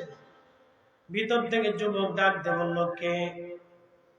বলে, আমি একজন অসহায় নারী, বিপদে পড়ে গেলাম, গুড়ি গুড়ি বৃষ্টি, পথ হারিয়ে ফেলছি, দরজা খোলেন, আমাকে সাহায্য করেন। বুজুর্গ যুবকের চিন্তা, যদি এই সময় আমি তাকে সাহায্য না করি, তাহলে এদেশের পুরুষরা যদি জানতে পারে, তাকে ফিরে ছেড়ে নিয়ে চলে যাবে। একটা কথা আজকে বলে দিয়ে যায়, কোন মায়ের সাহস হবে না তার মেয়েটাকে একা একা এখন ছেড়ে দিবে, আর সে সিলেট পর্যন্ত নিরাপদে পৌঁছাবে, কোনো গ্যারান্টি নাই। একসাথে বলেন আছে? একসাথে বলেন আছে? কে নিরাপত্তা দিবে? হাকিকতে নিরাপত্তা তো আল্লাহ, কিন্তু বাংলাদেশে এই সিচুয়েশনে কে নিরাপত্তা দিবে? কোন সিচুয়েশনে দিবে? এই নিরাপত্তা একমাত্র পৃথিবীতে 4 জন দিয়েছিল, আবু বকর, ওমর, উসমান, আলী। এই 4 জনের খেলাফত আমলে এই নিরাপত্তা ছিল। নারী রাতের আধারেও হেঁটে চলে গেলেও কেউ জিজ্ঞাসা করে নাই, কে যা, কিসের জন্য যাচ্ছে, কোনো জিজ্ঞাসা ছিল না। পুরুষ যুবকটাকে আগিয়ে দিয়ে সম্মানের সাথে পৌঁছাই দিয়েছে। সেই জামানা আর নেই। তবে হ্যাঁ, যদি পৃথিবীতে হযরত ইমাম মাহদীর মতো কেউ খেলাফত প্রতিষ্ঠিত করতে পারে, তাহলে হতে পারে, কিন্তু আশা করব কিভাবে বলুন? তবে হ্যাঁ, ইসলামিক জীবন ব্যবস্থা, রাষ্ট্র শাসন ব্যবস্থা যদি কায়েম হয়, তাহলে হয়তো কিছু আশা করা যায়। এই কথা বলেন ঠিক কিনা? কিছুটা হলেও আশা করা যায়, আশা করা যায়। কিন্তু আমরা যে মানুষ, নিজেরাই তো খাদক, নিজেরাই তো খাদক। কত মসজিদ কমিটি মসজিদের টাকা চুরি করে খায়।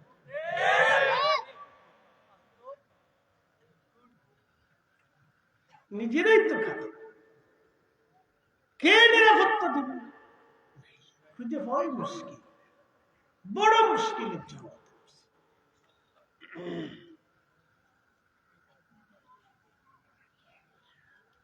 সিলেটের মুসলমান, বড় কঠিন সিচুয়েশন আমাদের। এই জন্যই আল্লাহ কিছু কিছু আইন দিয়ে দিয়েছে, এগুলো আমাদেরকে করতে হবে। কিছু কিছু বিধান আল্লাহ দিয়েছেন। বুজুর্গ যারা হয় তারা দুনিয়াতে সাধারণত সহজ সরল হয়। যারা বুজুর্গ হয় দুনিয়াতে সহজ সরল হয়, তারা এত রাজনৈতিক পেঁয়াজ তারা বুঝে শুনে না।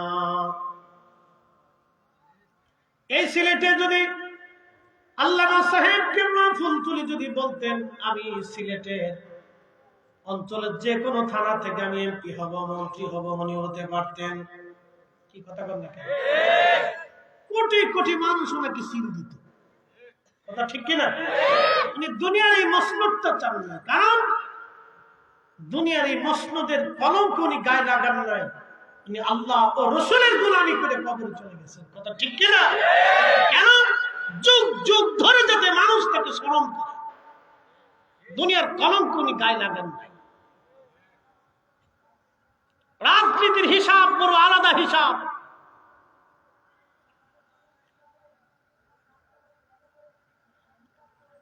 বন্ধু আমার খুব মনোযোগ দিবেন। বুজুর্গরা সবসময় সহজ সরল হয়। রাজনীতির হিসাব হলো মারতে হবে, মরতে হবে, এখানে ঠকাইতে হবে, ওখানে বাস দিতে হবে, কার মাথায় বাড়ি, কার রক্ত চুষতে হবে, কোত্থেকে টাকা নিতে হবে, অন্যায় 2 নম্বর, ন্যায় অন্যায়। হিসাব কিতাব না করলে রাজনীতি হয় না। বড় কঠিন দুনিয়া এই বর্তমান সিচুয়েশনে। এই জন্য পৃথিবীর অনেক বুজুর্গ রাজনীতি পছন্দ করতেন না, রাজনীতি গ্রহণ করেন নাই, ইচ্ছা করার জনপ্রিয়তা থাকা সত্ত্বেও তারা নেন নাই। এই যুবক মহিলা যখন বলতেছে দরজা খুলে দেন, দরজা খুলে দেয়া হলো। যুবক বলতেছে আপনি এত রাত্রেবেলা বিপদে পড়ে গেছি। আলাদা করে তার ওই খানকার ভিতরে পর্দা টেনে দিয়ে যুবক বলল আপনি ওইখানে বিশ্রাম করেন। ওই কথা বলে আলাদা জায়গায় করে দিয়ে যুবক নামাজে দাঁড়ায় গেল। নামাজ চলতে ছিল, এমন সময় মেয়েটা সেজে বুঝে এসে ওই যুবকের সামনে বারবার জেনা করার জন্য অঙ্গ ভঙ্গি দিচ্ছিল। আমাদের দেশের কিছু নারী আছে দেখবেন এমন কিছু অঙ্গ ভঙ্গি দেয় যেগুলা কাতি মাসের কুত্তা পর্যন্ত ফেল হয়ে যায়। জানি এই ভাষাটা অত্যন্ত কঠিন হয়ে গেছে, ভাষা শুনতে খারাপ শোনা যাবে, কিন্তু নারীদের জন্য এই সমস্ত অঙ্গ ভঙ্গি বেমানান। কথা কোন ঠিক কিনা? নারী তার নারীর স্বভাব নিয়ে পৃথিবীতে চলে। আমার কথা শুনতে খারাপ শোনা যাবে, কিন্তু মা সহিমা, বাকি ঝুঁকি মাতি নেই, সহিমত বিশুদ্ধ মাত। নারী কেন? তার নারীত্ব নিয়ে থাকবে, তার একটা নারীত্বের শক্তি আছে, সেই সব শক্তি নিয়ে পৃথিবীতে চলবে সে।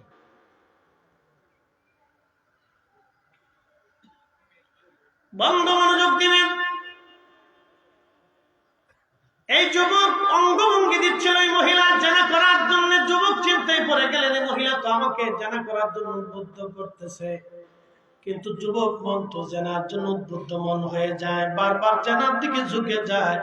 যুবক তখনই নিজের মনকে ডাক দিয়ে বলতেছে যুবক রে, তুমি জানা করতে চাইতেছ, দুনিয়ার আগুনে, জাহান্নামের আগুনে পড়ার আগে দুনিয়ার আগুন তুমি সহ্য করে দেখো। এই কথা বলে তার সামনে যে প্রদীপ জ্বলতেছিল তার একটা আঙ্গুল প্রদীপের মধ্য দিয়ে পুড়িয়ে ফেললো। যখন একটা আঙ্গুল পুড়াইলো তারপরেও তার জেনার লিপসা যায় না, দ্বিতীয় আঙ্গুল পুড়িয়ে ফেললো। এইভাবে সারা রাত্র ওই মহিলার জেনা থেকে বাঁচার জন্য সে তার হাতের 10টা আঙ্গুল পুড়িয়ে ফেললো, তারপরেও ওই নারীর সাথে জেনা করে নাই। একবার জোরে বলা যাবে কি আল্লাহু আকবার? এরা হচ্ছে মুসলমান। কথা বলে ঠিক কিনা? এরা মুসলিম। ইতিমধ্যে আল্লাহ নারীকে হেফাজত করার জন্য, এই দুঃখিত পুরুষকে হেফাজত করার জন্য এই নারীকে আল্লাহ হত্যা করল, স্টপ করে মারা গেল। তো ওই যে বখাটে লোকগুলি এই নারীকে ভাড়া করছিল, এটা একটা পরীক্ষা। তো বখাটেরা পুলিশ নিয়ে আসছে, রাষ্ট্রের সৈন্য নিয়ে এসে বলতেছে এই মহিলাকে এই পুরুষই তার খানকার ভিতরে হত্যা করছে এবং তাকে ধর্ষণ করছে, মেরে ফেলছে। কি বিপদ! আল্লাহ এক বিপদ থেকে বাঁচাইয়া আর এক বিপদের মধ্যে ফেলে দিল। পরীক্ষা চলছে। তো রাষ্ট্রের সৈন্যরা তাকে ধরে নিয়ে গেল, রাজার সামনে বিচার বসে গেল। যুবক বলতেছে রাজা আপনি তো আমাকে জানেনি, আমি কখনো জেনা করিনি, তাকে হত্যাও করিনি। রাজা বলতেছে যুবক বুজুর্গ, আমি আপনার কথা বিশ্বাস করে নিলাম, আপনি বুজুর্গ, আমি জানি আপনি জেনাও করেন নাই, হত্যাও করেন নাই, কিন্তু আপনার ঘরেই তার মৃত্যু সংঘটিত হয়েছে, আদালত চায় সাক্ষী। এ যুবক, আপনার বিরুদ্ধে সাক্ষী হলো আপনার ঘরের মধ্যেই মৃত্যু সংঘটিত হয়েছে। লোকেরা বলতেছে আপনি হত্যা করেছেন এবং তাকে ধর্ষণ করেছেন, কিন্তু আপনি যে তাকে হত্যা করেন নাই, ধর্ষণ করেন নাই, তার কি কোনো প্রমাণ আপনার কাছে আছে? বিচার তো সাক্ষী চায়, আদালত সাক্ষী চায়, তা আপনার কি কোনো সাক্ষী আছে? যুবক বলতেছে বাদশাহ, তাহলে আমাকে কি একটু সময় দেওয়া যাবে? আমি 2টা রাকাত নামাজ পড়ে আমি আমার মালিকের সাথে কথা বলবো। একসাথে একসাথে বলুন, একসাথে। কার সাথে কথা বলবো? আল্লাহর সাথে কথা বলা যায়? কথা বলেন, যায় তো? আল্লাহর সাথে কথা বলা যায়। আপনি বলেন না তাই বোঝেন না, আল্লাহর সাথে কথা বলা যায়। আল্লাহর সাথে শাহজালাল কথা না বলে জমিন আসে নাই। আল্লাহর সাথে ফুলতলি কথা না বলে এই জমিনে এইভাবে কোরআনের খেদমত করে নাই। আল্লাহর সাথে বদরপুরি কথা বলেছে, মুজাদ্দিদ আল ফিসানি কথা বলেছে, খাজা বাবা আজমেরি বলেছে, ইমামুল আজম আবু হানিফা বলেছে। আল্লাহর সাথে তারা কথা বলতো। কি কথা বলেন? সালাতে দাঁড়িয়ে আল্লাহর সাথে কথা বলতো, মুনাজাতে আল্লাহর সাথে কথা বলতো। কে বলছে আল্লাহর সাথে কথা বলা যায় না? কথা বলা যায়, কিন্তু বান্দার মতো বান্দা হতে হবে। ঠিক কিনা? বান্দা হতে হবে। প্রিয় উপস্থিতি, মনোযোগ দিবেন। ইয়া আইয়ুহাল্লাযীনা আমানু ইসতাঈনু বিস-সাবরি ওয়াস-সালাহ। হে ঈমানদার, তুমি আমি মালিকের সাহায্য গ্রহণ করো 2 পদ্ধতিতে। 1 নাম্বার পদ্ধতির নাম সালাত, দ্বিতীয় পদ্ধতির নাম হচ্ছে সবর। নামাজ এবং সবরের মাধ্যমে তুমি আমি আল্লাহর সাহায্য নাও। ঠিক তখনই যুবক ওযু করে 2 রাকাত নামাজ পড়ে আল্লাহর দরবারে 2 হাত বাড়ায় দিয়ে বলেন, হে রব, আমি জানি আমি যে অপরাধ করি নাই সেই অপরাধের শাস্তি আপনি আমাকে দেবেন না। কারণ আমি তো জিনাও করি নাই, হত্যাও করি নাই, এই শাস্তিও আমি পাবো না আমি জানি। তবে হ্যাঁ, রাজার আইনের বিচারে আমি অপরাধী হয়ে গেছি। রাজা আমাকে ফাঁসির কাস্টে ঝুলাবে অথবা আমাকে হত্যা করবে, শুলে চড়াবে। রব্বি, মৃত্যু দিও, আমার কোনো ভয় নাই। কারণ আজ অথবা কাল অবশ্যই আমি আল্লাহ আপনার কাছে আমি চলে যাব। আল্লাহ, অবশ্যই আপনার বান্দা আপনার কাছে চলে যাবে। বিশ্বাস দেখছেন? বলতেছি, হ্যাঁ রব্বি, আমি আজ হোক আর কাল হোক অবশ্যই তো আপনার কাছে চলে যাবো। আল্লাহ, মৃত্যু নিয়েও কোনো অভিযোগ আমার নাই আল্লাহ, কিন্তু আমার ভয় হচ্ছে যদি এইভাবে এই মুহূর্তে আমি মারা যাই,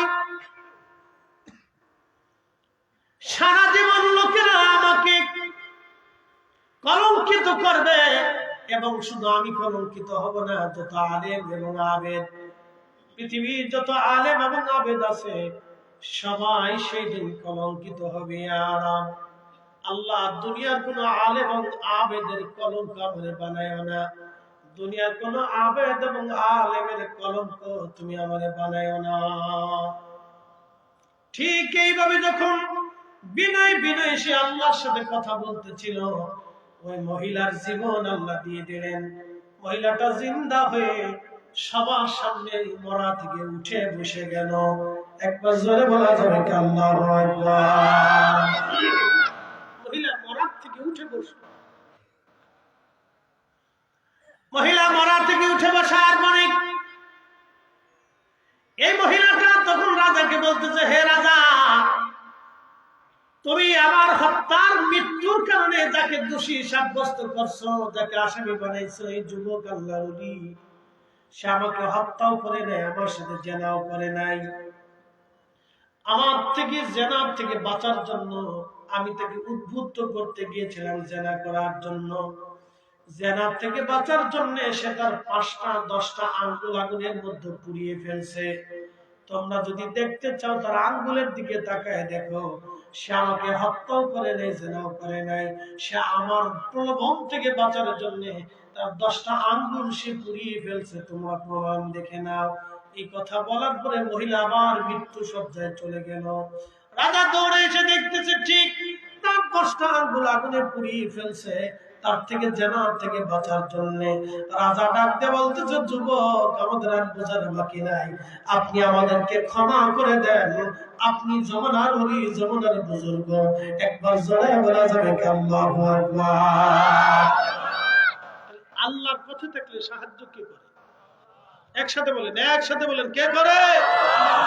আল্লাহ করে। যুগে যুগে আল্লাহ তার এরকম প্রিয় বান্দা ওলি বুজুর্গদেরকে আল্লাহ সাহায্য করছে। কথা ঠিক কিনা? আগের যুগেও করছে, এখনো করে, আগামীতেও আগামীতে। প্রিয় উপস্থিতি আমার, একসাথে বলেন আমরা ফিরে যাব কার কাছে? একসাথে বলেন কার কাছে?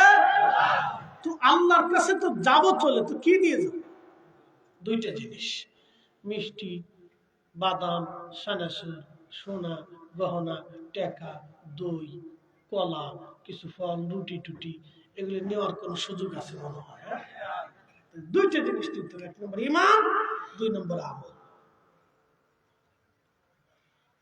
ঈমান আমল আপনাকে নিতে হবে। আল্লাযীনা আমানু ওয়া কানু ইয়াত্তাকুন।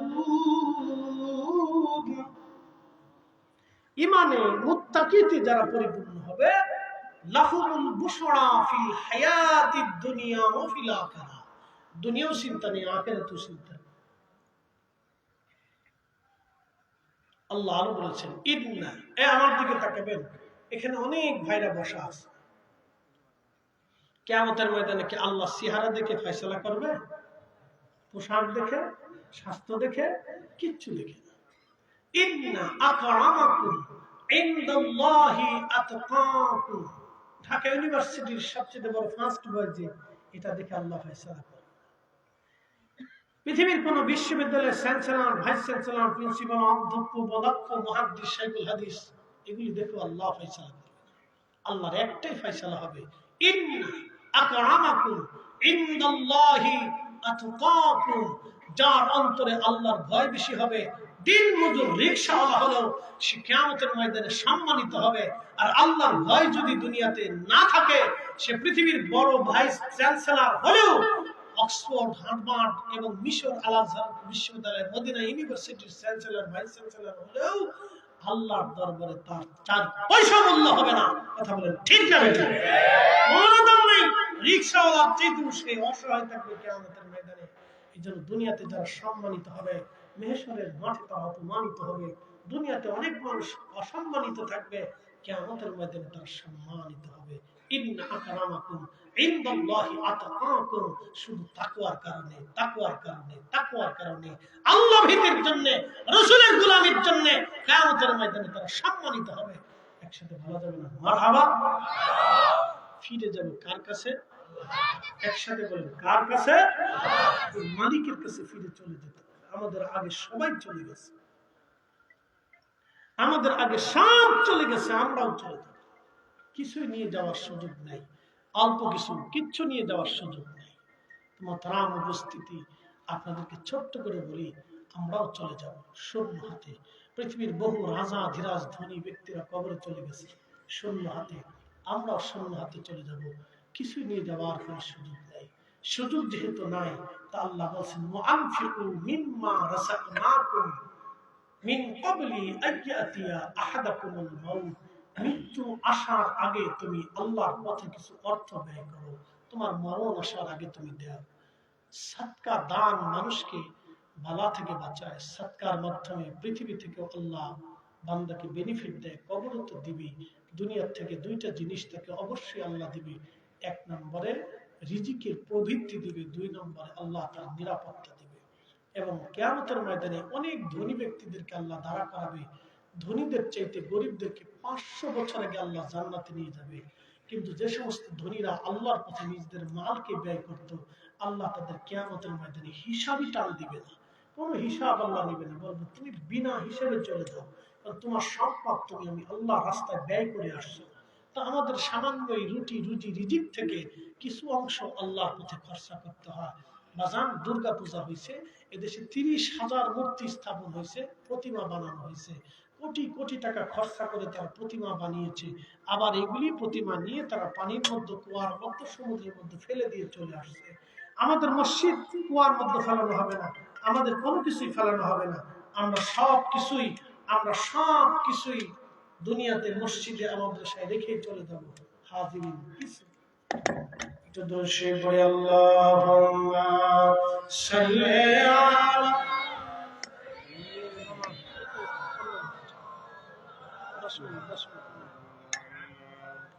وعلى آل سيدنا مولانا محمد একসাথে বলি আল্লাহু আকবার নারে তাকবীর নারে রিসালাত বলেন ফিরে যাব কার কাছে আল্লাহর কাছে যেহেতু যেতেই হবে কিছু অর্থ আল্লাহর পথে ব্যয় করতে হবে আমি বেশি কিছু চাবো না আগামী বছর একটা লোক উঠবেন না মাত্র 10 মিনিট সময় দিবেন আমাকে আল্লাহর রাস্তায় বসবেন একটা ভাই উঠবেন না প্লিজ আমার পরে তাবারকের ইন্তজাম করছি একটা লোক উঠবেন না বসেন একটা ভাই বলবেন যে হুজুর আগামী বছর আমি আপনার জন্য পোস্টারের খরচাটা দিব একজন দিবেন এবছরে দিবেন হাজী মানিক মিয়া তিনি এবছর দিয়ে দিবেন আগামী বছর পোস্টারের খরচা এমন কেউ আছেন দিবেন একটা লোক বলবেন হুজুর একটা লোক উঠবেন না প্লিজ আপনি পোস্টার দিবেন কি নাম সোনা মিয়া সোনা ভাই আপনার আব্বা আম্মা আছে বাবার নাম কি নওয়াব আলী সাহেবের ছেলে আব্দুল ওহাব আচ্ছা আব্দুল ওহাব আলী তিনার ছেলে জনাব সোনা ভাই সোনা মিয়া তিনি দিবেন আগামী বছর পোস্টার নারে তাকবীর না একটু তাকবীর দিলেও আপনার নেকের অবস্থা শোনেন যিনি দান করেন তিনি সওয়াব পান এবং দানের যিনি সহযোগিতা করেন তিনিও ওই সওয়াব আল্লাহ তাআলা দিয়ে দেন সুবহানাল্লাহ বলবেন না আপনারা সবাই তো হয়তো সামর্থ্য নাই কিন্তু আমার ভাই তো দিতে চাচ্ছে এইজন্য তাকে উৎসাহিত করতে হবে আল্লাহ ওই নেকটা আপনাকে দিয়ে দিবে একসাথে বলেন নারে রিসালাত আল্লাহ সোনা ভাই তিনি বাবার জন্য পোস্টারে খরচাটা দিবেন বাবার কবরটা জান্নাতের বাগান বানাও আমরা সবাই দোয়া করে বলি আমিন ও পোস্টারের টাকা নগদে দিয়ে দিতেছে নারে তাকবীর নারে রিসালাত আপনার মিডিয়ার নাম কি সোনামিয়া টিভি আরে টিভি সোনামিয়া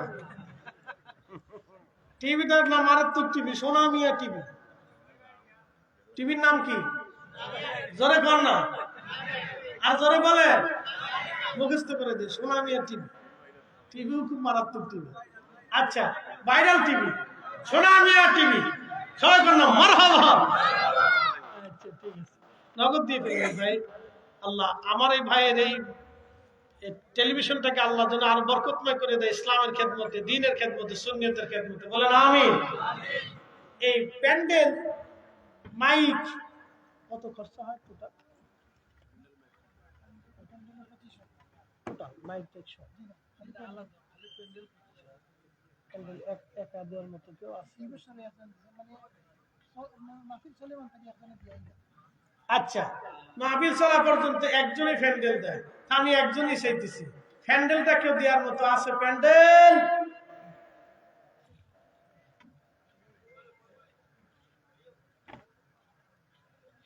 একজন প্যান্ডেল আল্লাহ দিলটাকে নরম করে দাও বাদশাহ क्या फकीर हो सबको एक ही ठिकाना ধনী দরিদ্র সবার একটাই ঠিকানা সেটার নাম কবর প্যান্ডেল একজন দেওয়ার মধ্যে কেউ আছে আল্লাহর একজন মেহবুব বান্দা যিনি বলবেন হুজুর এই মাহফিলের জন্য প্যান্ডেলটা আমি খরচা বাবদ দিয়ে দিব আল্লাহ আপনার রিজিক থেকে আল্লাহর প্রতি একটু ব্যয় করবেন কেউ আছে প্যান্ডেলটা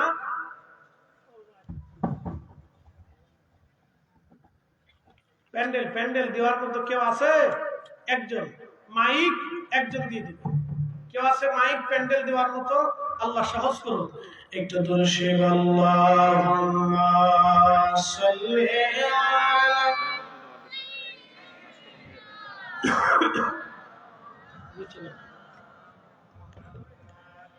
وعلى آل سيدنا একদিন মাটির ভিতরে হবে কেন বন্ধ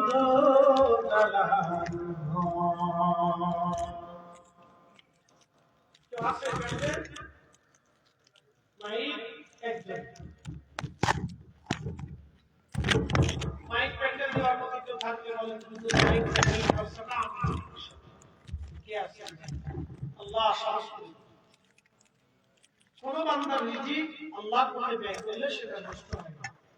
বাবাজি, মানুষ মিথ্যার জন্য কোটি কোটি টাকা খরচ করে, আপনি হকের জন্য আপনার এই অর্থটা ব্যয় করবেন। এই শরীর কঠিন করতে আল্লাহর কাছে বলতে পারবেন, ইয়া রাব্বি, আমার এই অর্থটা তোমার প্রতি ব্যয় করছি, এই কারণে হয়তো আল্লাহ মাফ করতে পারেন। আসলে তো আল্লাহর কাছে ফিরে যেতেই হবে আমাদের। একজন বান্দা কে আছে বলুন, হুজুর প্যান্ডেল দিব মাইক নেই, বলতে পারবেন কেউ? কেউ আছে সামর্থ্য? ইনশাআল্লাহ আল্লাহ কবুল করুন, সহজ করে দিবেন।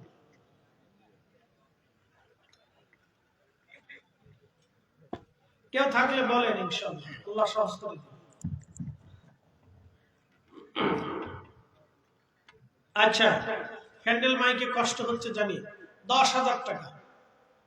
আল্লাহ নবীর 10 জন সাহাবী ছিলেন যারা আশারে মুবাশশারার সদস্য, দুনিয়া থেকে জান্নাতের সার্টিফিকেট নিয়ে গেছে।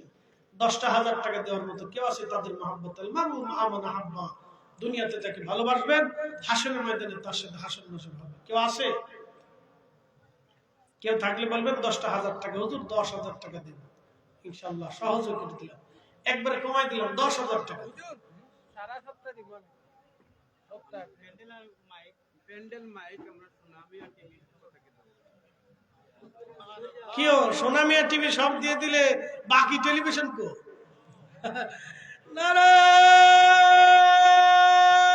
নারায়ণ তাকবীর। আরে সোনামিয়া টিভি মাইক প্যান্ডেল সবটা যদি উনি সব নেকি নিয়ে চলে যায়, তাহলে এই আপনার এই 10 গ্রামের দশা কি হবে? হ্যাঁ, 10 গ্রামের দশা কি হবে? কেন খালি আপনারে ভালোবাসা। আল্লাহু আকবার। সোনামিয়া টিভি, সোনা ভাই, আপনি জাকির ভাই হিসেবে আপনার কাছে এই প্যান্ডেলের খাতিরে আমি দিছি না। আচ্ছা, না না ঠিক আছে, আমার খাতিরে আল্লাহর আপনারে জন্য। ভালোবাসি আমি। মাশাআল্লাহ, আমার পীর ভাই আর কি। নারায়ে তাকবীর, নারায়ে রিসালাত। সোনা ভাই, সোনা ভাই, সবাই মারহাবা মারহাবা। সোনা ভাই, সোনা ভাই, সোনা ভাই প্যান্ডেল মাইক পোস্টার সব দিয়ে দিল। আল্লাহ শোনাবেন আব্বাজান দুনিয়াতে নেই আমার পীর ভাই, আল্লাহ তার কবরটাকে জান্নাতের বাগান বানায় দাও। 360 আউলিয়ার রুসিলায় তার রুটি রুজির মধ্যে অফুরন্ত বরকত দিয়ে দাও। কোটি কোটি টাকার মালিক আল্লাহ বানাও। আমরা সবাই দোয়া করে বলি আমিন। 10,000 10,000 করে চাইছি, 10,000 10,000 10,000 10,000 10,000। কেউ আসেনি? 10,000 10,000 10,000 চাইছে, আমি বেশি চাইনি তো। 10,000 5,000 যে যেটা পারেন বলেন যে হুজুর 10 5 করে আমি দেব, ইনশাআল্লাহ সহজ করে দিছি। আচ্ছা 2,000 1,000 যে যেটা পারেন বলেন হুজুর, 2,000 1,000 3,000 যে যেটা পারেন বলেন, ইনশাআল্লাহ আমি একবারে সহজ করে দিলাম, সামর্থ্য অনুযায়ী দিয়ে দিলাম, একবারে ইচ্ছার উপরে ছেড়ে দিলাম। যাক, ইচ্ছার উপরে ছেড়ে দিলাম, যান।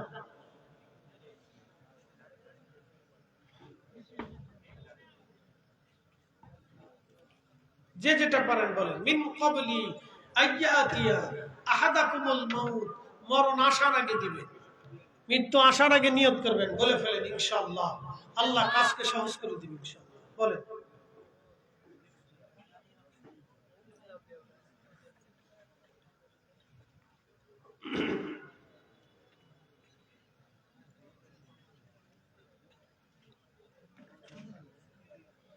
শোনেন, দান করলে মাল কখনো কমে না।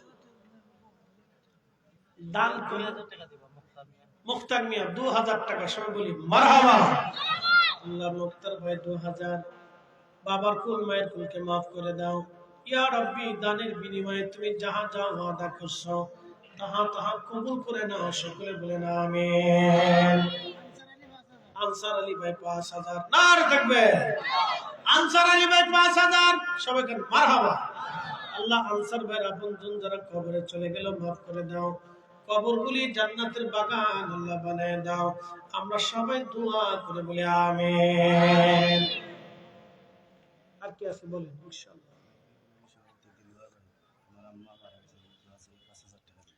মাহফিল কমিটির সভাপতি দেলোয়ার ভাই মা নাই 5,000 টাকা মার জন্য সবাই কেন মারহাবা। আল্লাহ দেলোয়ার ভাই আম্মার কবরটা তুমি জান্নাতের বাগান বানিয়ে দাও। জান্নাতের বাগান যেভাবে সুন্দর করে সাজানো, এর চাইতে অগণিত অসংখ্য গুণে তার মার কবরটা জান্নাত দিয়ে সাজায় দাও। আমরা সবাই দোয়া করে বলি আমিন। নাম ছাড়া একজনে দিছে 2,000 টাকা। আল্লাহ আমরা যদি নাম না জানি, তুমি রব নাম জানো। আমার ভাইরা আপনজন যারা মাফ করে দাও।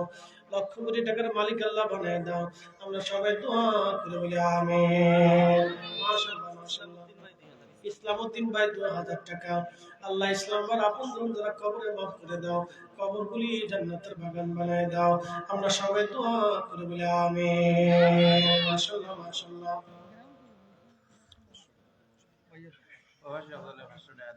প্রবাসী এক ভাই 500 টাকা দিচ্ছেন। আল্লাহ তার আপনজন যারা কবরে মাফ করে দাও। আব্দুল্লাহ নূর না? আল্লাহ আব্দুল্লাহ আপনজনে মাফ করে দাও। আর কে? আমিন আল্লাহুম্মা আমিন। অনন্তপুরের সুফি মিয়া সাহেব 2,000 টাকা। অনন্তপুরের সুফি ভাইয়ের আপনজন যারা কবরে মাফ করে দাও, লক্ষ কোটি টাকার মালিক আল্লাহ বানাও। আমরা সবাই দোয়া করে বলি আমিন। বলেন বলেন বলেন।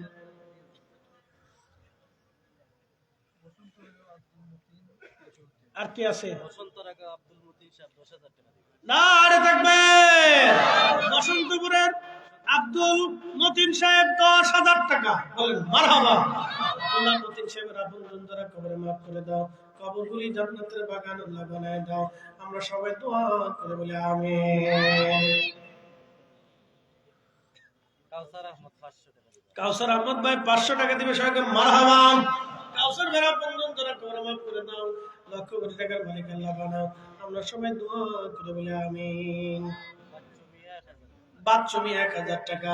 আল্লাহ আপনজন যারা কবরে মাফ করে দাও, কবরগুলি জান্নাতের বাগান বানায় দাও। আমিন আল্লাহুম্মা আমিন। রুহুল আমিন ভাই 1,000 টাকা। আল্লাহ আপনজনকে মাফ করে দাও, লক্ষ কোটি টাকার মালিক আল্লাহ বানায় দাও। আমরা সবাই দোয়া করে বলি আমিন।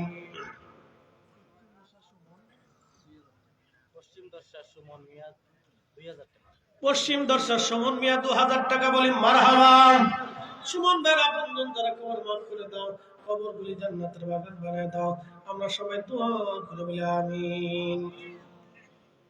আর কে কে আছে বলেন? তাড়াতাড়ি বলবেন, তাড়াতাড়ি বলবেন, দেরি করা যাবে না। দানের বেলায় তাড়াতাড়ি করতে হয়।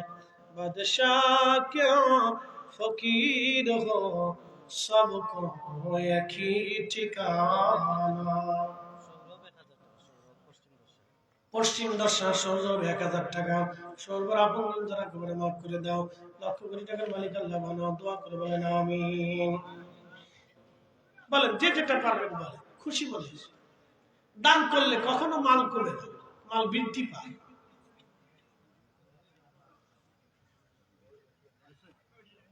বলেন আল্লাহ অ্যাক্সিডেন্ট বানা দুর্ঘটনা থেকে বাঁচায় দানের বিনিময়ে।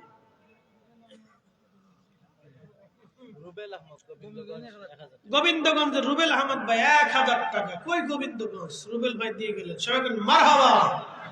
আল্লাহ গোবিন্দগঞ্জের রুবেল ভাই 1,000 আপনজনকে মাফ করে দাও, লক্ষ কোটি টাকার মালিক আল্লাহ বানাও। সবাই দোয়া করে বলে আমিন। মাশাআল্লাহ মাশাআল্লাহ।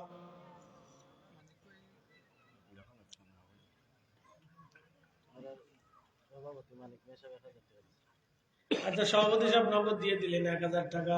আল্লাহ নগদ দিয়ে দিচ্ছেন 1,000 টাকা। নগদ দিয়ে দাও, আপনজনকে মাফ করে দাও। সবাই দোয়া করে বলেন আমিন। মাশাআল্লাহ মাশাআল্লাহ। বলেন তুতা মিয়া ভাই 2,000 টাকা আব্বা আম্মার জন্য। আল্লাহ তুতা ভাইয়ের আপনজন যারা কবরে মাফ করে দাও, লক্ষ কোটি টাকার মালিক বানাও। সবাই দোয়া করে বলেন আমিন। মাশাআল্লাহ। বলেন এই মুক্তাসার দোয়া করে দিই, যে যেটা পারবেন বলেন। পশ্চিম দর্শক বেলাল মিয়া 2,000 টাকা। পশ্চিম দর্শক বেলাল ভাই 2,000 টাকা। আল্লাহ বেলাল ভাই আপনজন যারা কবরে মাফ করে দাও, লক্ষ কোটি টাকার মালিক আল্লাহ বানাও। সবাই দোয়া করে বলেন আমিন। মাশাআল্লাহ মাশাআল্লাহ। বলেন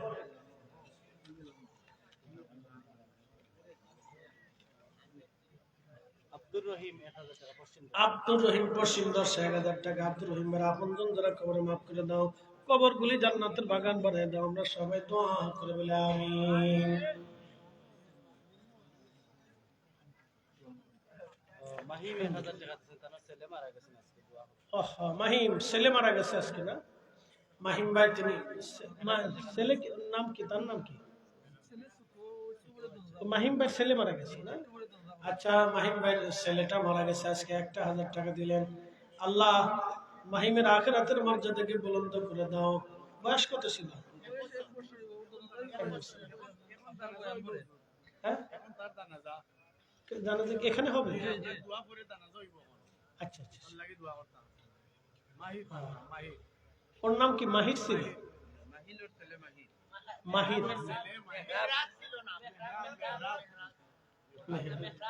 আচ্ছা ঠিক আছে। আল্লাহ তাআলা আখিরাতের যাত্রাকে সহজ করে দেন। তার উসিলায় তার বংশের মরহুমদেরকে আল্লাহ মাফ করে দিক। সকলে বলেন আমিন। আল্লাহ ইয়া রাব্বাল আলামিন। জাকির আহমদ অনন্তপুর 500 টাকা। জাকির আহমদ অনন্তপুর 500 টাকা। আল্লাহ জাকির ভাইয়ের আপনজনদের সবাইকে মাফ করে দাও। আল্লাহুম্মা আমিন। সুলেমান পশ্চিম দশা 500 টাকা। সুলেমান পশ্চিম দশা 500 টাকা। আল্লাহ সুলেমান ভাইয়ের আপনজনকে মাফ করে দাও। সকলে বলেন আমিন। আল্লাহ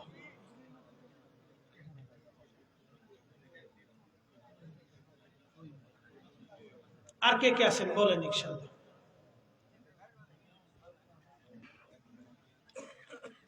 আর কেউ আসেনি? হ্যাঁ? নাইম পশ্চিম দশা 1000 টাকা। সকলে মারহাবা। আল্লাহ কবুল করো। আল্লাহুম্মা আমিন। আল্লাহ তুমি সাহায্য করে দাও, সহজ করে দাও আল্লাহ। আল্লাহ কবুল করো আল্লাহ। বলেন ইনশাআল্লাহ। কেউ আছে? উঠবেন না, বসেন। দোয়ার পরে তাবারক আছে, এরপরে ছোট্ট ছেলেটার জানাজা আছে, আপনার করে যাবেন ইনশাআল্লাহ। বাবা জি, আমার একটু সমস্যা হয়েছে কি আমি বলি। এখন মূল কথাটা বলি। ওই আমাদের সিলেট আলিয়া মাদ্রাসা মাঠে আজকে সব পীর মাশায়েখদের উলামায়ে কেরামের সমন্বয়ে একটা সম্মেলন চলতেছে। তো ওখান থেকে ফোন দিচ্ছে আমার, এই মোটামুটি এই যে ফোন দিচ্ছে, যার কারণে মামা এই যে বেরিয়ে গেছে। এক মিনিট বেরিয়ে গেছে।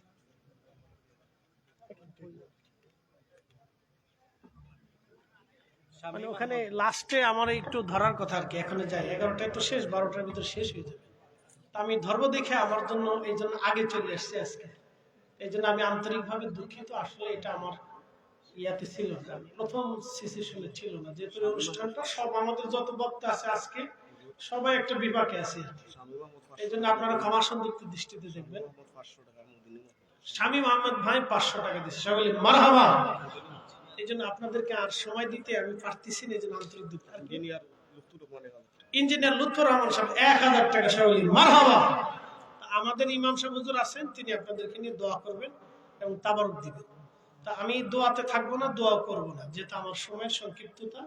ওখান থেকে ফোন দিতেছে বারবার। আপনাদের এখানে আবার একটা ছোট্ট জানাজা আছে, এটা শেষ করে আপনারা তাবারক নিয়ে যাবেন। সুমন ভাই মেম্বার সাহেবের ছেলে 5000 নার থাকবে। আল্লাহ মার কবরটা বেহেশতের বাগান বানায় দাও আল্লাহ। আল্লাহ তাকে মাফ করে দাও আল্লাহ। আচ্ছা, একজনে 500 টাকা পাঠাইছে, আল্লাহ কবুল করুন। আব্দুল হামিদ পশ্চিম দশা 500 টাকা। আব্দুল হামিদ পশ্চিম দশা 500 টাকা। আল্লাহ কবুল করুন। আল্লাহুম্মা আমিন। বসেন, কেউ উঠবেন না, আপনাদের জন্য তাবারকের ইন্তজাম আছে ইনশাআল্লাহ। একটু মেহমানদারি আছে, নিয়ে যাবেন, খেয়ে যাবেন। আর কেউ আছে? আমার লাগতো না, মাহফিলে দেন আমার জন্য। হ্যাঁ, কে কে নাম কি? নাম কি? আঞ্জু আলী সাহেব। তিনি বাবা মার জন্য টাকা দিচ্ছেন। আল্লাহ তার বাবা মার কবরটা বেহেশতের বাগান বানায় দাও। সকলে বলেন আমিন। আল্লাহুম্মা আমিন।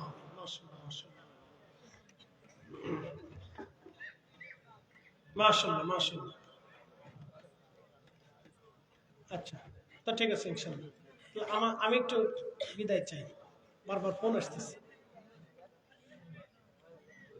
এটা আপনারা দোয়ার শেষে, দোয়ার আগে করে দেন, আর একটু পরে করেন। সবাই মিলাদ করে দোয়া দিয়ে তারপর ওটা মানে ওটা জানাজা দিয়ে দোয়া করে তারপর তাবারক দিয়ে দিবেন। হ্যাঁ, ঠিক আছে ইনশাআল্লাহ। এখন আপনারা সবাই ভিতরে আসেন, মিলাদ শরীফ হবে। মিলাদের পরে জানাজা হবে, তারপরে দোয়া হবে, এরপরে আপনারা তাবারক নিয়ে চলে যাবেন ইনশাআল্লাহ। আসসালামু আলাইকুম। আলিয়া মাদ্রাসা মাঠের ওই যে সিলেট আলিয়ার ওই বৃহৎ প্রোগ্রামটা আমাকে অ্যাটেন্ড করতে হবে। একটু হাজিরা দিতে হবে। এই জন্য আমি আন্তরিকভাবে ক্ষমা চাচ্ছি আপনাদের কাছে। কমিটির কোনো ইয়া নাই, দোষ নাই, তারা আমাকে এহসান করছে, আমাকে সুযোগ করে দিয়েছেন, এই জন্য তাদের প্রতি অনেক কৃতজ্ঞ। সবাই ভালো থাকবেন ইনশাআল্লাহ। আসসালামু আলাইকুম ওয়া রাহমাতুল্লাহি ওয়া বারাকাতুহু।